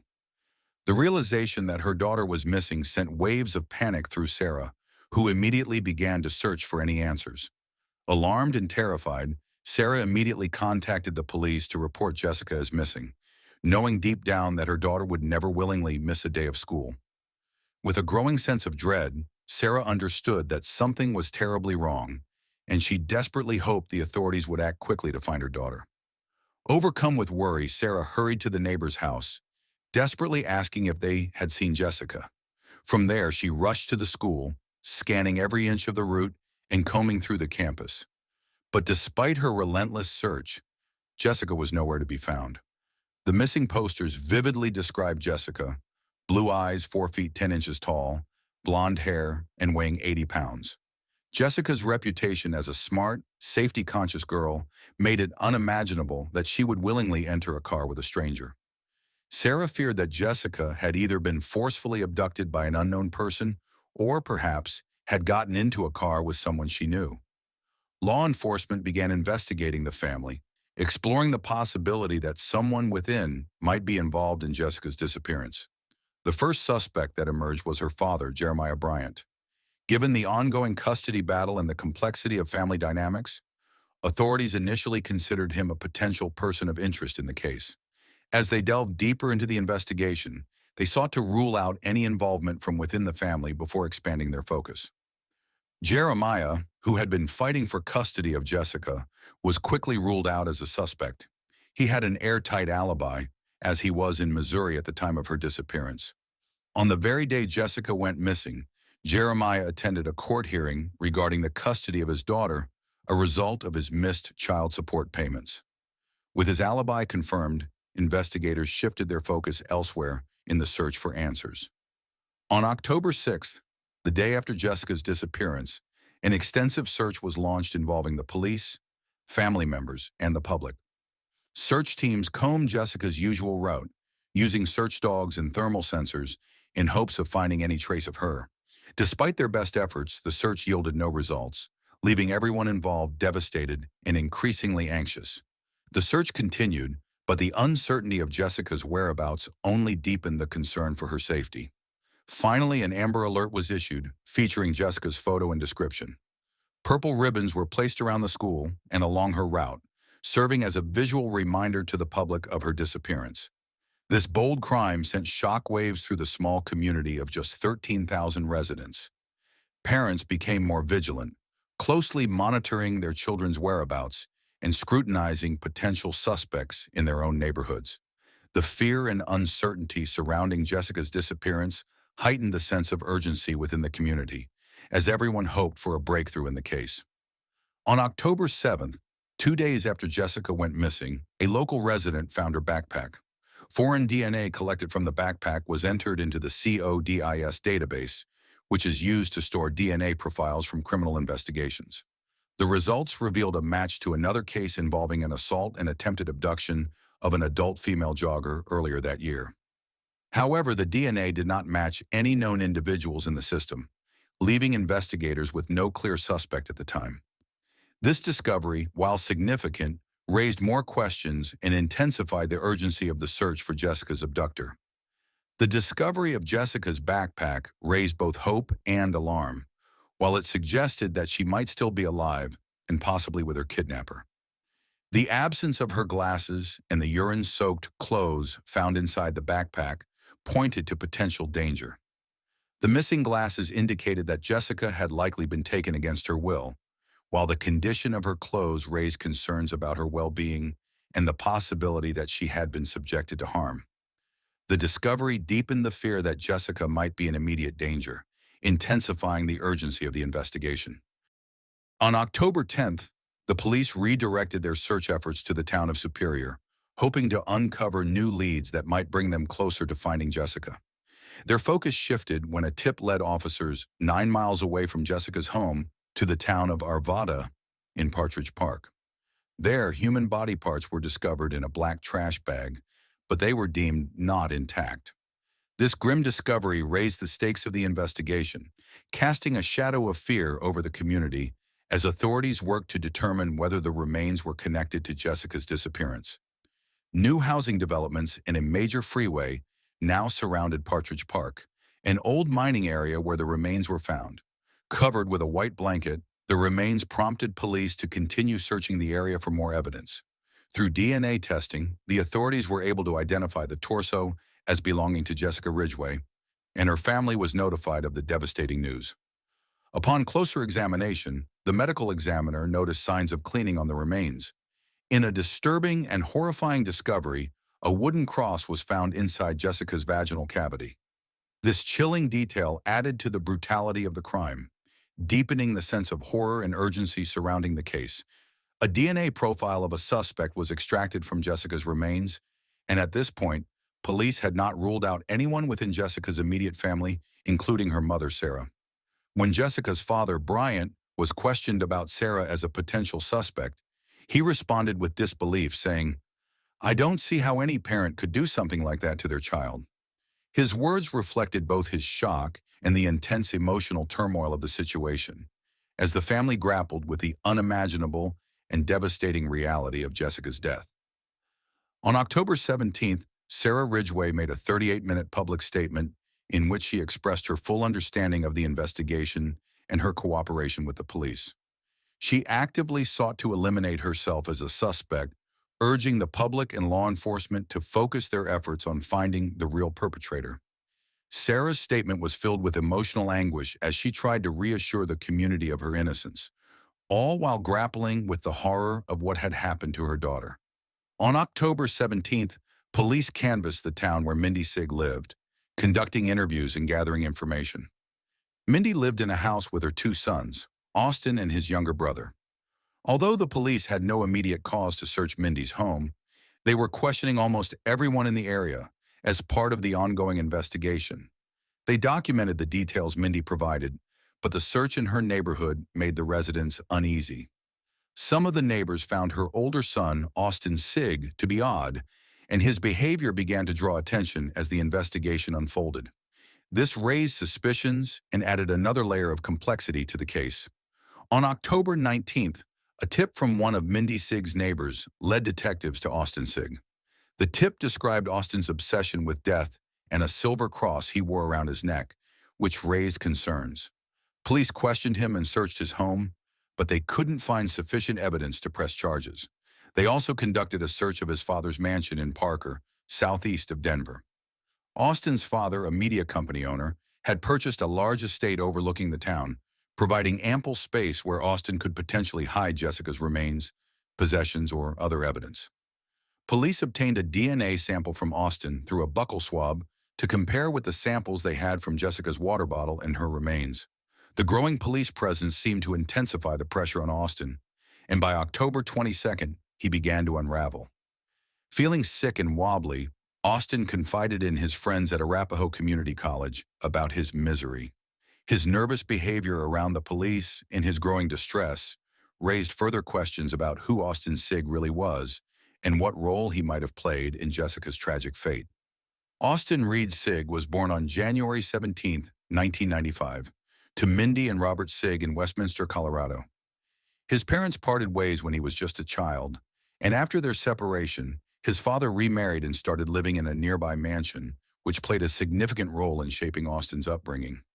Despite the split, Austin continued to vacation with both his mother and father.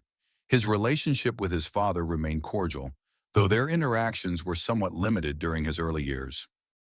Austin's educational journey began at Maranatha Christian Center before he transferred to Witt Elementary School, the same school attended by Jessica. During his school years, Austin struggled with reading and writing. Teachers noted difficulties with his concentration in class, and pediatricians eventually diagnosed him with attention deficit disorder, ADD, a condition that made focusing in school increasingly challenging for him. Austin was attending Wayne Carl Middle School in 2008 when his mother Mindy found child pornography on Austin's computer. He was 13 years old. Austin's struggle with anxiety disorder took center stage with pediatricians, linking it to the escalating addiction to porn. He was prescribed medication for anxiety under adult supervision. Austin's perverted interests seemed to fade into the background, although counselors advised his father to monitor Austin's television and computer activities. There was a lack of concrete actions taken to actively track the content he consumed. This gap in supervision left Austin without the necessary support and intervention to address his challenges. Austin's father, Robert, had an extensive criminal record, which included charges such as burglary fraud, domestic violence, and driving under the influence. Although there is no evidence linking Robert to child abuse, he has a history of mistreating his spouses, leading to a restraining order from his living girlfriend.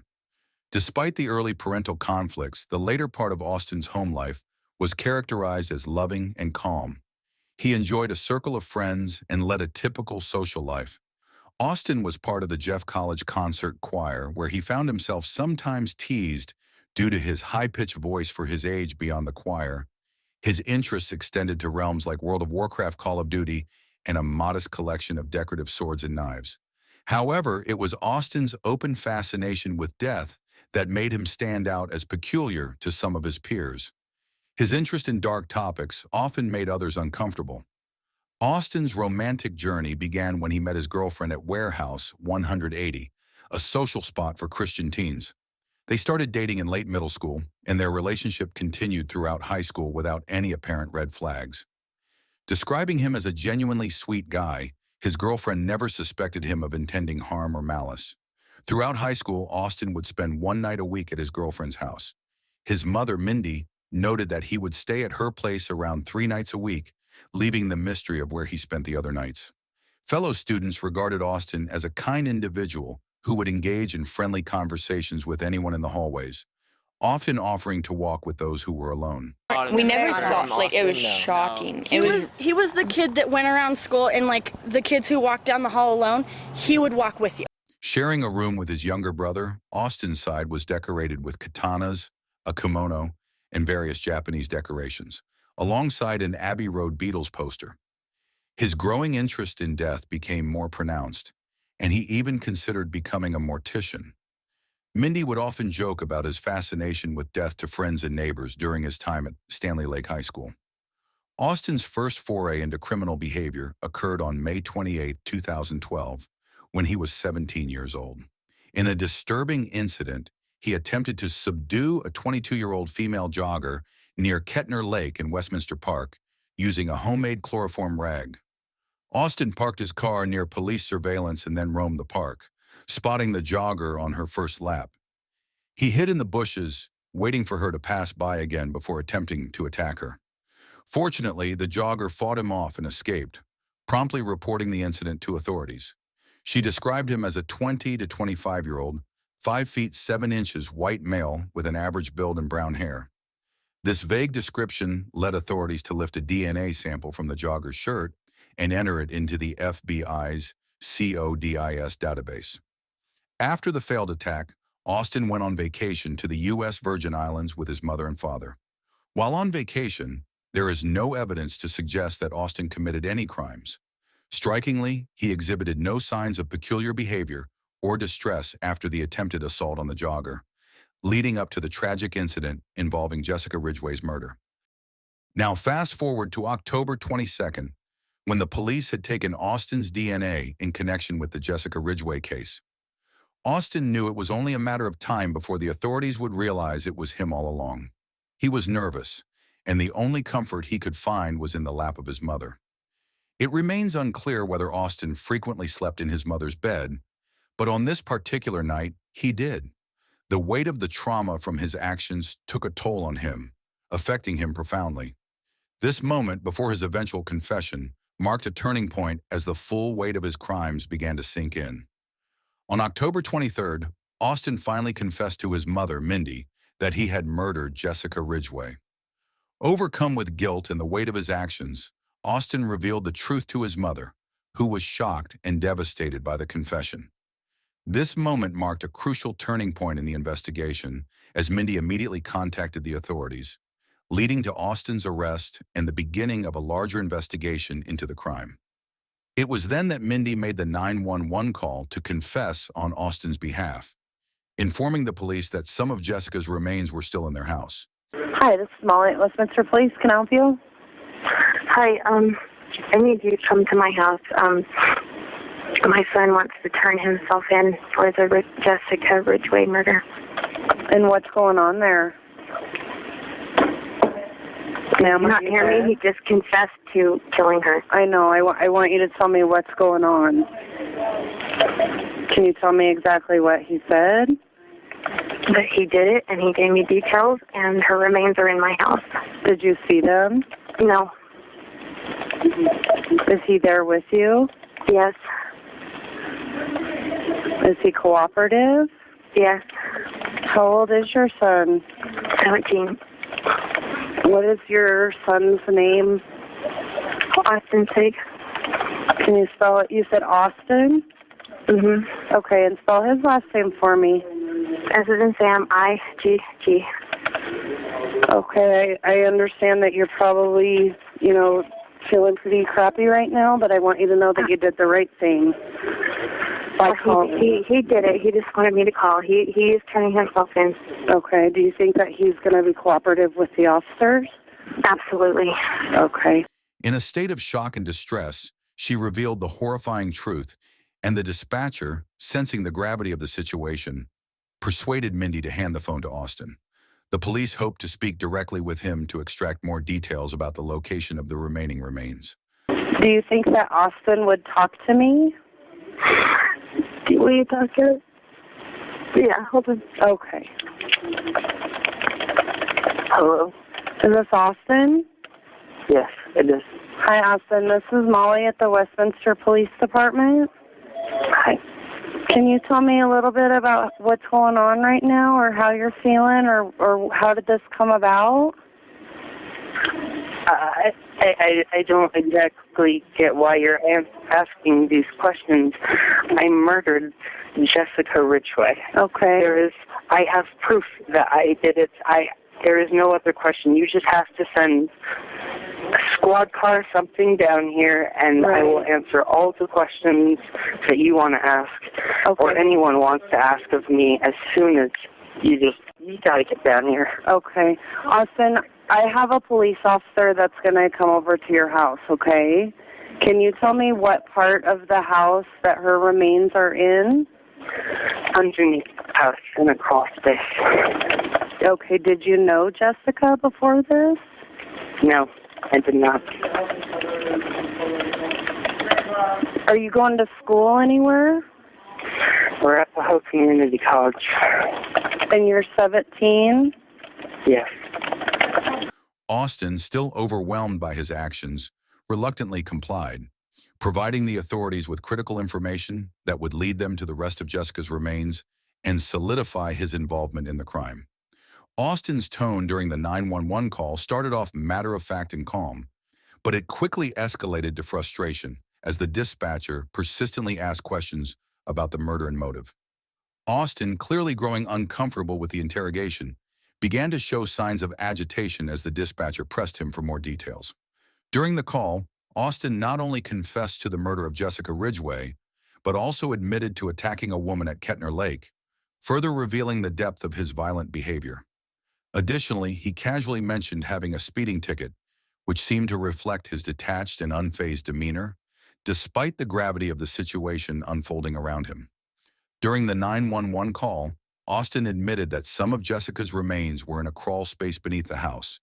Interestingly, the crawl space not only contained evidence of the crime, but also housed a marijuana plant.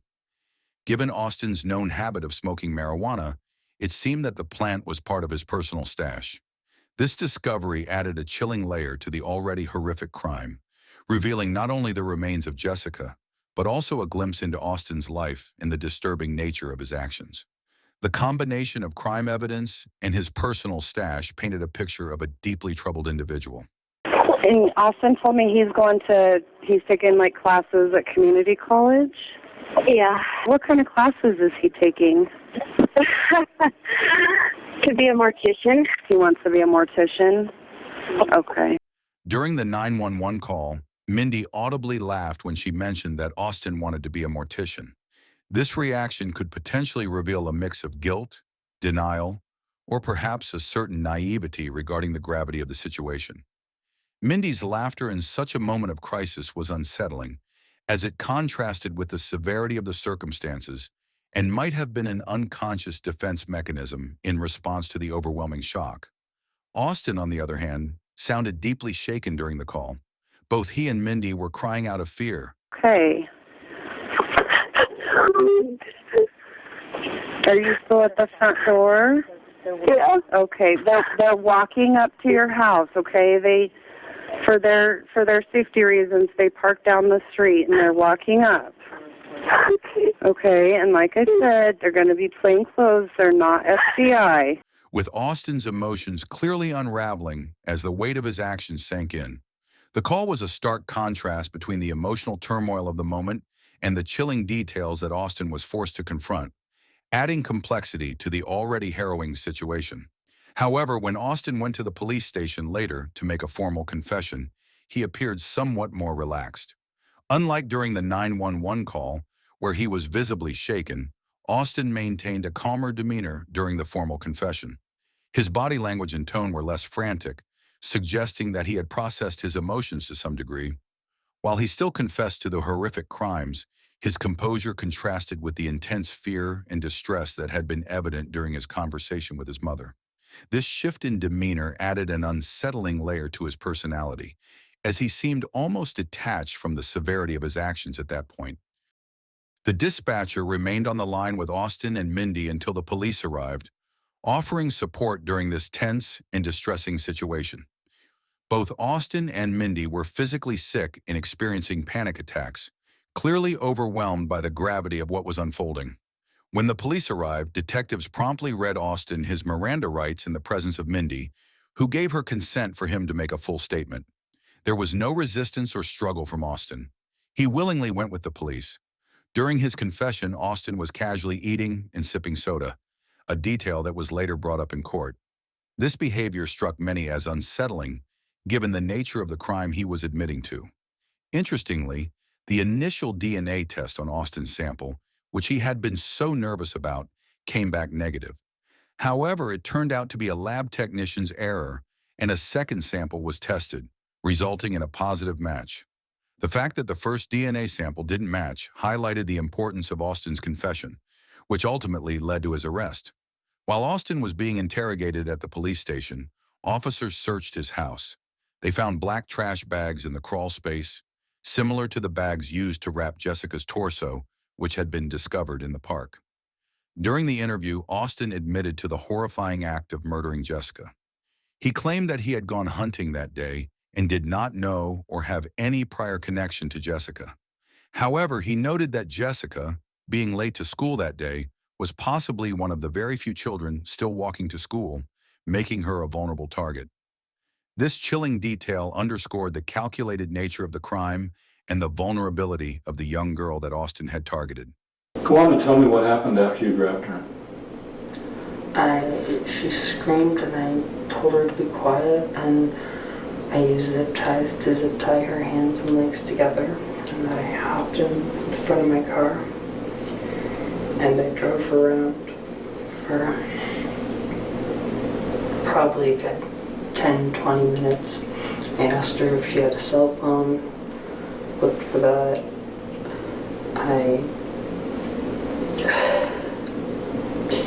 She kept asking me questions, and I would answer them, and I would lie to her. I would tell her that everything was going to be okay, and I would just lie to her. And I took her up to my room, and I sat her in my room, and I played Netflix on the TV for her. It was either like Family Guy or something. I don't remember. It was some cartoon. I just kind of sat there. I sat there and I stared at her, and I just remember absolutely blankness in my head, having no thoughts, nothing. And it terrified me. And after sitting there for probably an hour, maybe, I don't exactly remember, time kind of started feeling weird then. After that, I asked her to change into a pair of a shirt and shorts that I had, and I let her go into the bathroom to do that. And she came back, told her to put all her clothes in her backpack and get her backpack ready and everything. Austin recounted the horrifying details of what happened next. He described grabbing Jessica, placing her in his car, and driving away. He eventually arrived at his mother's house, where he kept her captive. His calm tone during this part of the confession contrasted with the gruesome nature of the events he was describing. revealing the chilling detachment with which he spoke about the crime. Austin's matter-of-fact recounting of his actions only deepened the horror of what had happened, highlighting the calculated and disturbing nature of his crime. After navigating through the neighborhood, Austin steered his car into the garage, sealing the grim fate that awaited Jessica. Once inside, he subjected her to further torture, committing unspeakable acts of violence. The horror of Jessica's final moments unfolded within the confines of the garage, a place that should have been safe and mundane, but instead became the setting for a nightmarish crime. Austin's actions in those moments revealed a disturbing and calculated cruelty that would haunt the investigation and the community. Compelled by a twisted desire, Austin forced Jessica to change into his t-shirt and shorts after her clothes were saturated with urine. Once he had his way with her, he initially tried to strangle her with zip ties, but when that failed, he resorted to manually strangling her. The following day, Austin methodically discarded Jessica's belongings. He casually threw her backpack in plain view in Superior, intending to mislead the authorities. He then disposed of her jacket in a trash can to confuse the cadaver search and misdirect police dogs. Despite his efforts to cover his tracks, Austin's depraved fantasies were far from complete. He confessed to placing a small hand-carved wooden cross pendant on Jessica's body. However, during the subsequent autopsy, it was discovered that the cross had been placed inside her, adding a chilling and grotesque detail to the already horrific crime. This final act revealed the depth of Austin's twisted psyche and his complete disregard for Jessica's humanity. Astonishingly, Austin admitted to etching 3 designs onto the wooden cross before inserting it into Jessica's body. This added a disturbing layer to the crime, as it revealed not only his sadistic nature, but also the deepening depravity of his actions. The intricate etchings, done before he placed the cross inside her, demonstrated the extent to which Austin was consumed by his twisted fantasies. This chilling detail would further haunt investigators, illustrating the horror Jessica endured and the extent of Austin's calculated cruelty. The wooden cross was not an expression of remorse, but rather a grotesque attempt to mislead investigators, portraying the perpetrator as a religious zealot. The cross discovered in Jessica's vaginal cavity was a testament to the depths of Austin's perversion. His decision to place a holy symbol in such a degrading location highlighted his utter lack of respect for Jessica, both in life and in death. The charges against Austin were comprehensive, encompassing all the crimes he committed against Jessica, as well as the assault on the female jogger he had previously attacked. Initially sent to a juvenile facility due to his age, Austin was later charged as an adult and transferred to an adult prison in Jefferson County. For the first 52 days in jail, he was placed in solitary confinement, SHU, completely isolated from the general population. Surprisingly, Austin pled not guilty to the 15 charges read against him in court. However, just before his trial commenced in October 2013, he changed his stance and pled guilty, acknowledging his responsibility for the horrific crimes. His change of plea marked the beginning of a legal process that would bring some form of closure to the tragedy, though it could never undo the unimaginable pain he had caused. Austin's decision to change his plea to guilty was made in part to spare both his family and Jessica's family from hearing the gruesome details of the crime. During the trial, Chief Judge Stephen Muser of the Jefferson County District Court read a letter that echoed Austin's sentiments during his interrogation. Quoting Austin directly, the judge stated, "I don't know about society because I've never really been that great with it, but I know that personally I am a monster. There's no better word to describe what I've done than evil." Throughout the proceedings, Austin maintained an emotionless demeanor, fixating on the ground with a vacant stare.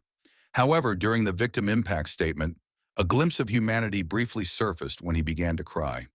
This moment of emotional vulnerability stood in stark contrast to the cold, detached manner he had exhibited earlier, offering a brief, unsettling reminder of the complexity of his character.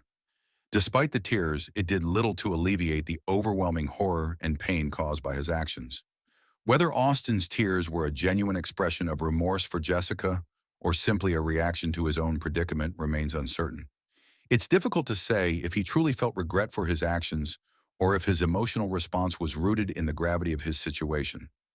Regardless, it is hoped that he reflects on the heinous acts he committed every day in his cold and isolated cell contemplating the unimaginable pain he caused to Jessica and her family.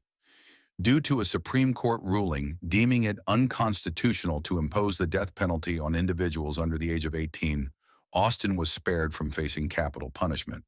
This decision, while reflecting legal protections, did little to change the horrific reality of the crimes he committed, leaving many to question whether justice truly served in a way that would provide closure for the victims and their loved ones. On November 19, 2013, Austin was sentenced to life in prison, with the court mandating that he serve his entire life incarcerated, alongside an additional 86-year sentence to be served concurrently. While it is impossible to forgive the monstrous deeds he perpetrated, it seems evident that Austin carries a profound sense of self-disgust for his actions. It is my sincere hope that he grapples with the weight of his crimes every day, facing the consequences of the pain and destruction he caused. Jessica's mother, Sarah, chose not to provide Austin with the satisfaction of acknowledging the full extent of the damage he inflicted on Jessica's family. She refused to give him the opportunity to further manipulate or control the narrative surrounding her daughter's tragic death. This decision reflected a mother's strength in withholding anything that could serve to diminish the profound loss and suffering she endured, focusing instead on honoring her daughter's memory. Instead, Sarah conveyed that after leaving the courtroom, she would deliberately forget Austin's name and focus on preserving Jessica's legacy in their hearts. Her goal was to honor Jessica's memory, keeping her spirit alive in the hearts of those who loved her. Jessica will forever remain 10 years old, a symbol of innocence taken far too soon. 1 year after her tragic death, Chelsea Park was renamed Jessica Ridgeway Memorial Park in her honor. This tribute served as a reminder of the light she brought into the world, ensuring that her memory would never be forgotten by the community that had been so deeply affected by her loss. The park structures at the newly renamed Jessica Ridgeway Memorial Park are painted in her favorite color, with dragonflies incorporated as a moving tribute to her memory. In 2014, Austin was transferred to a prison outside of Colorado for his safety, with the specific location kept undisclosed to the public.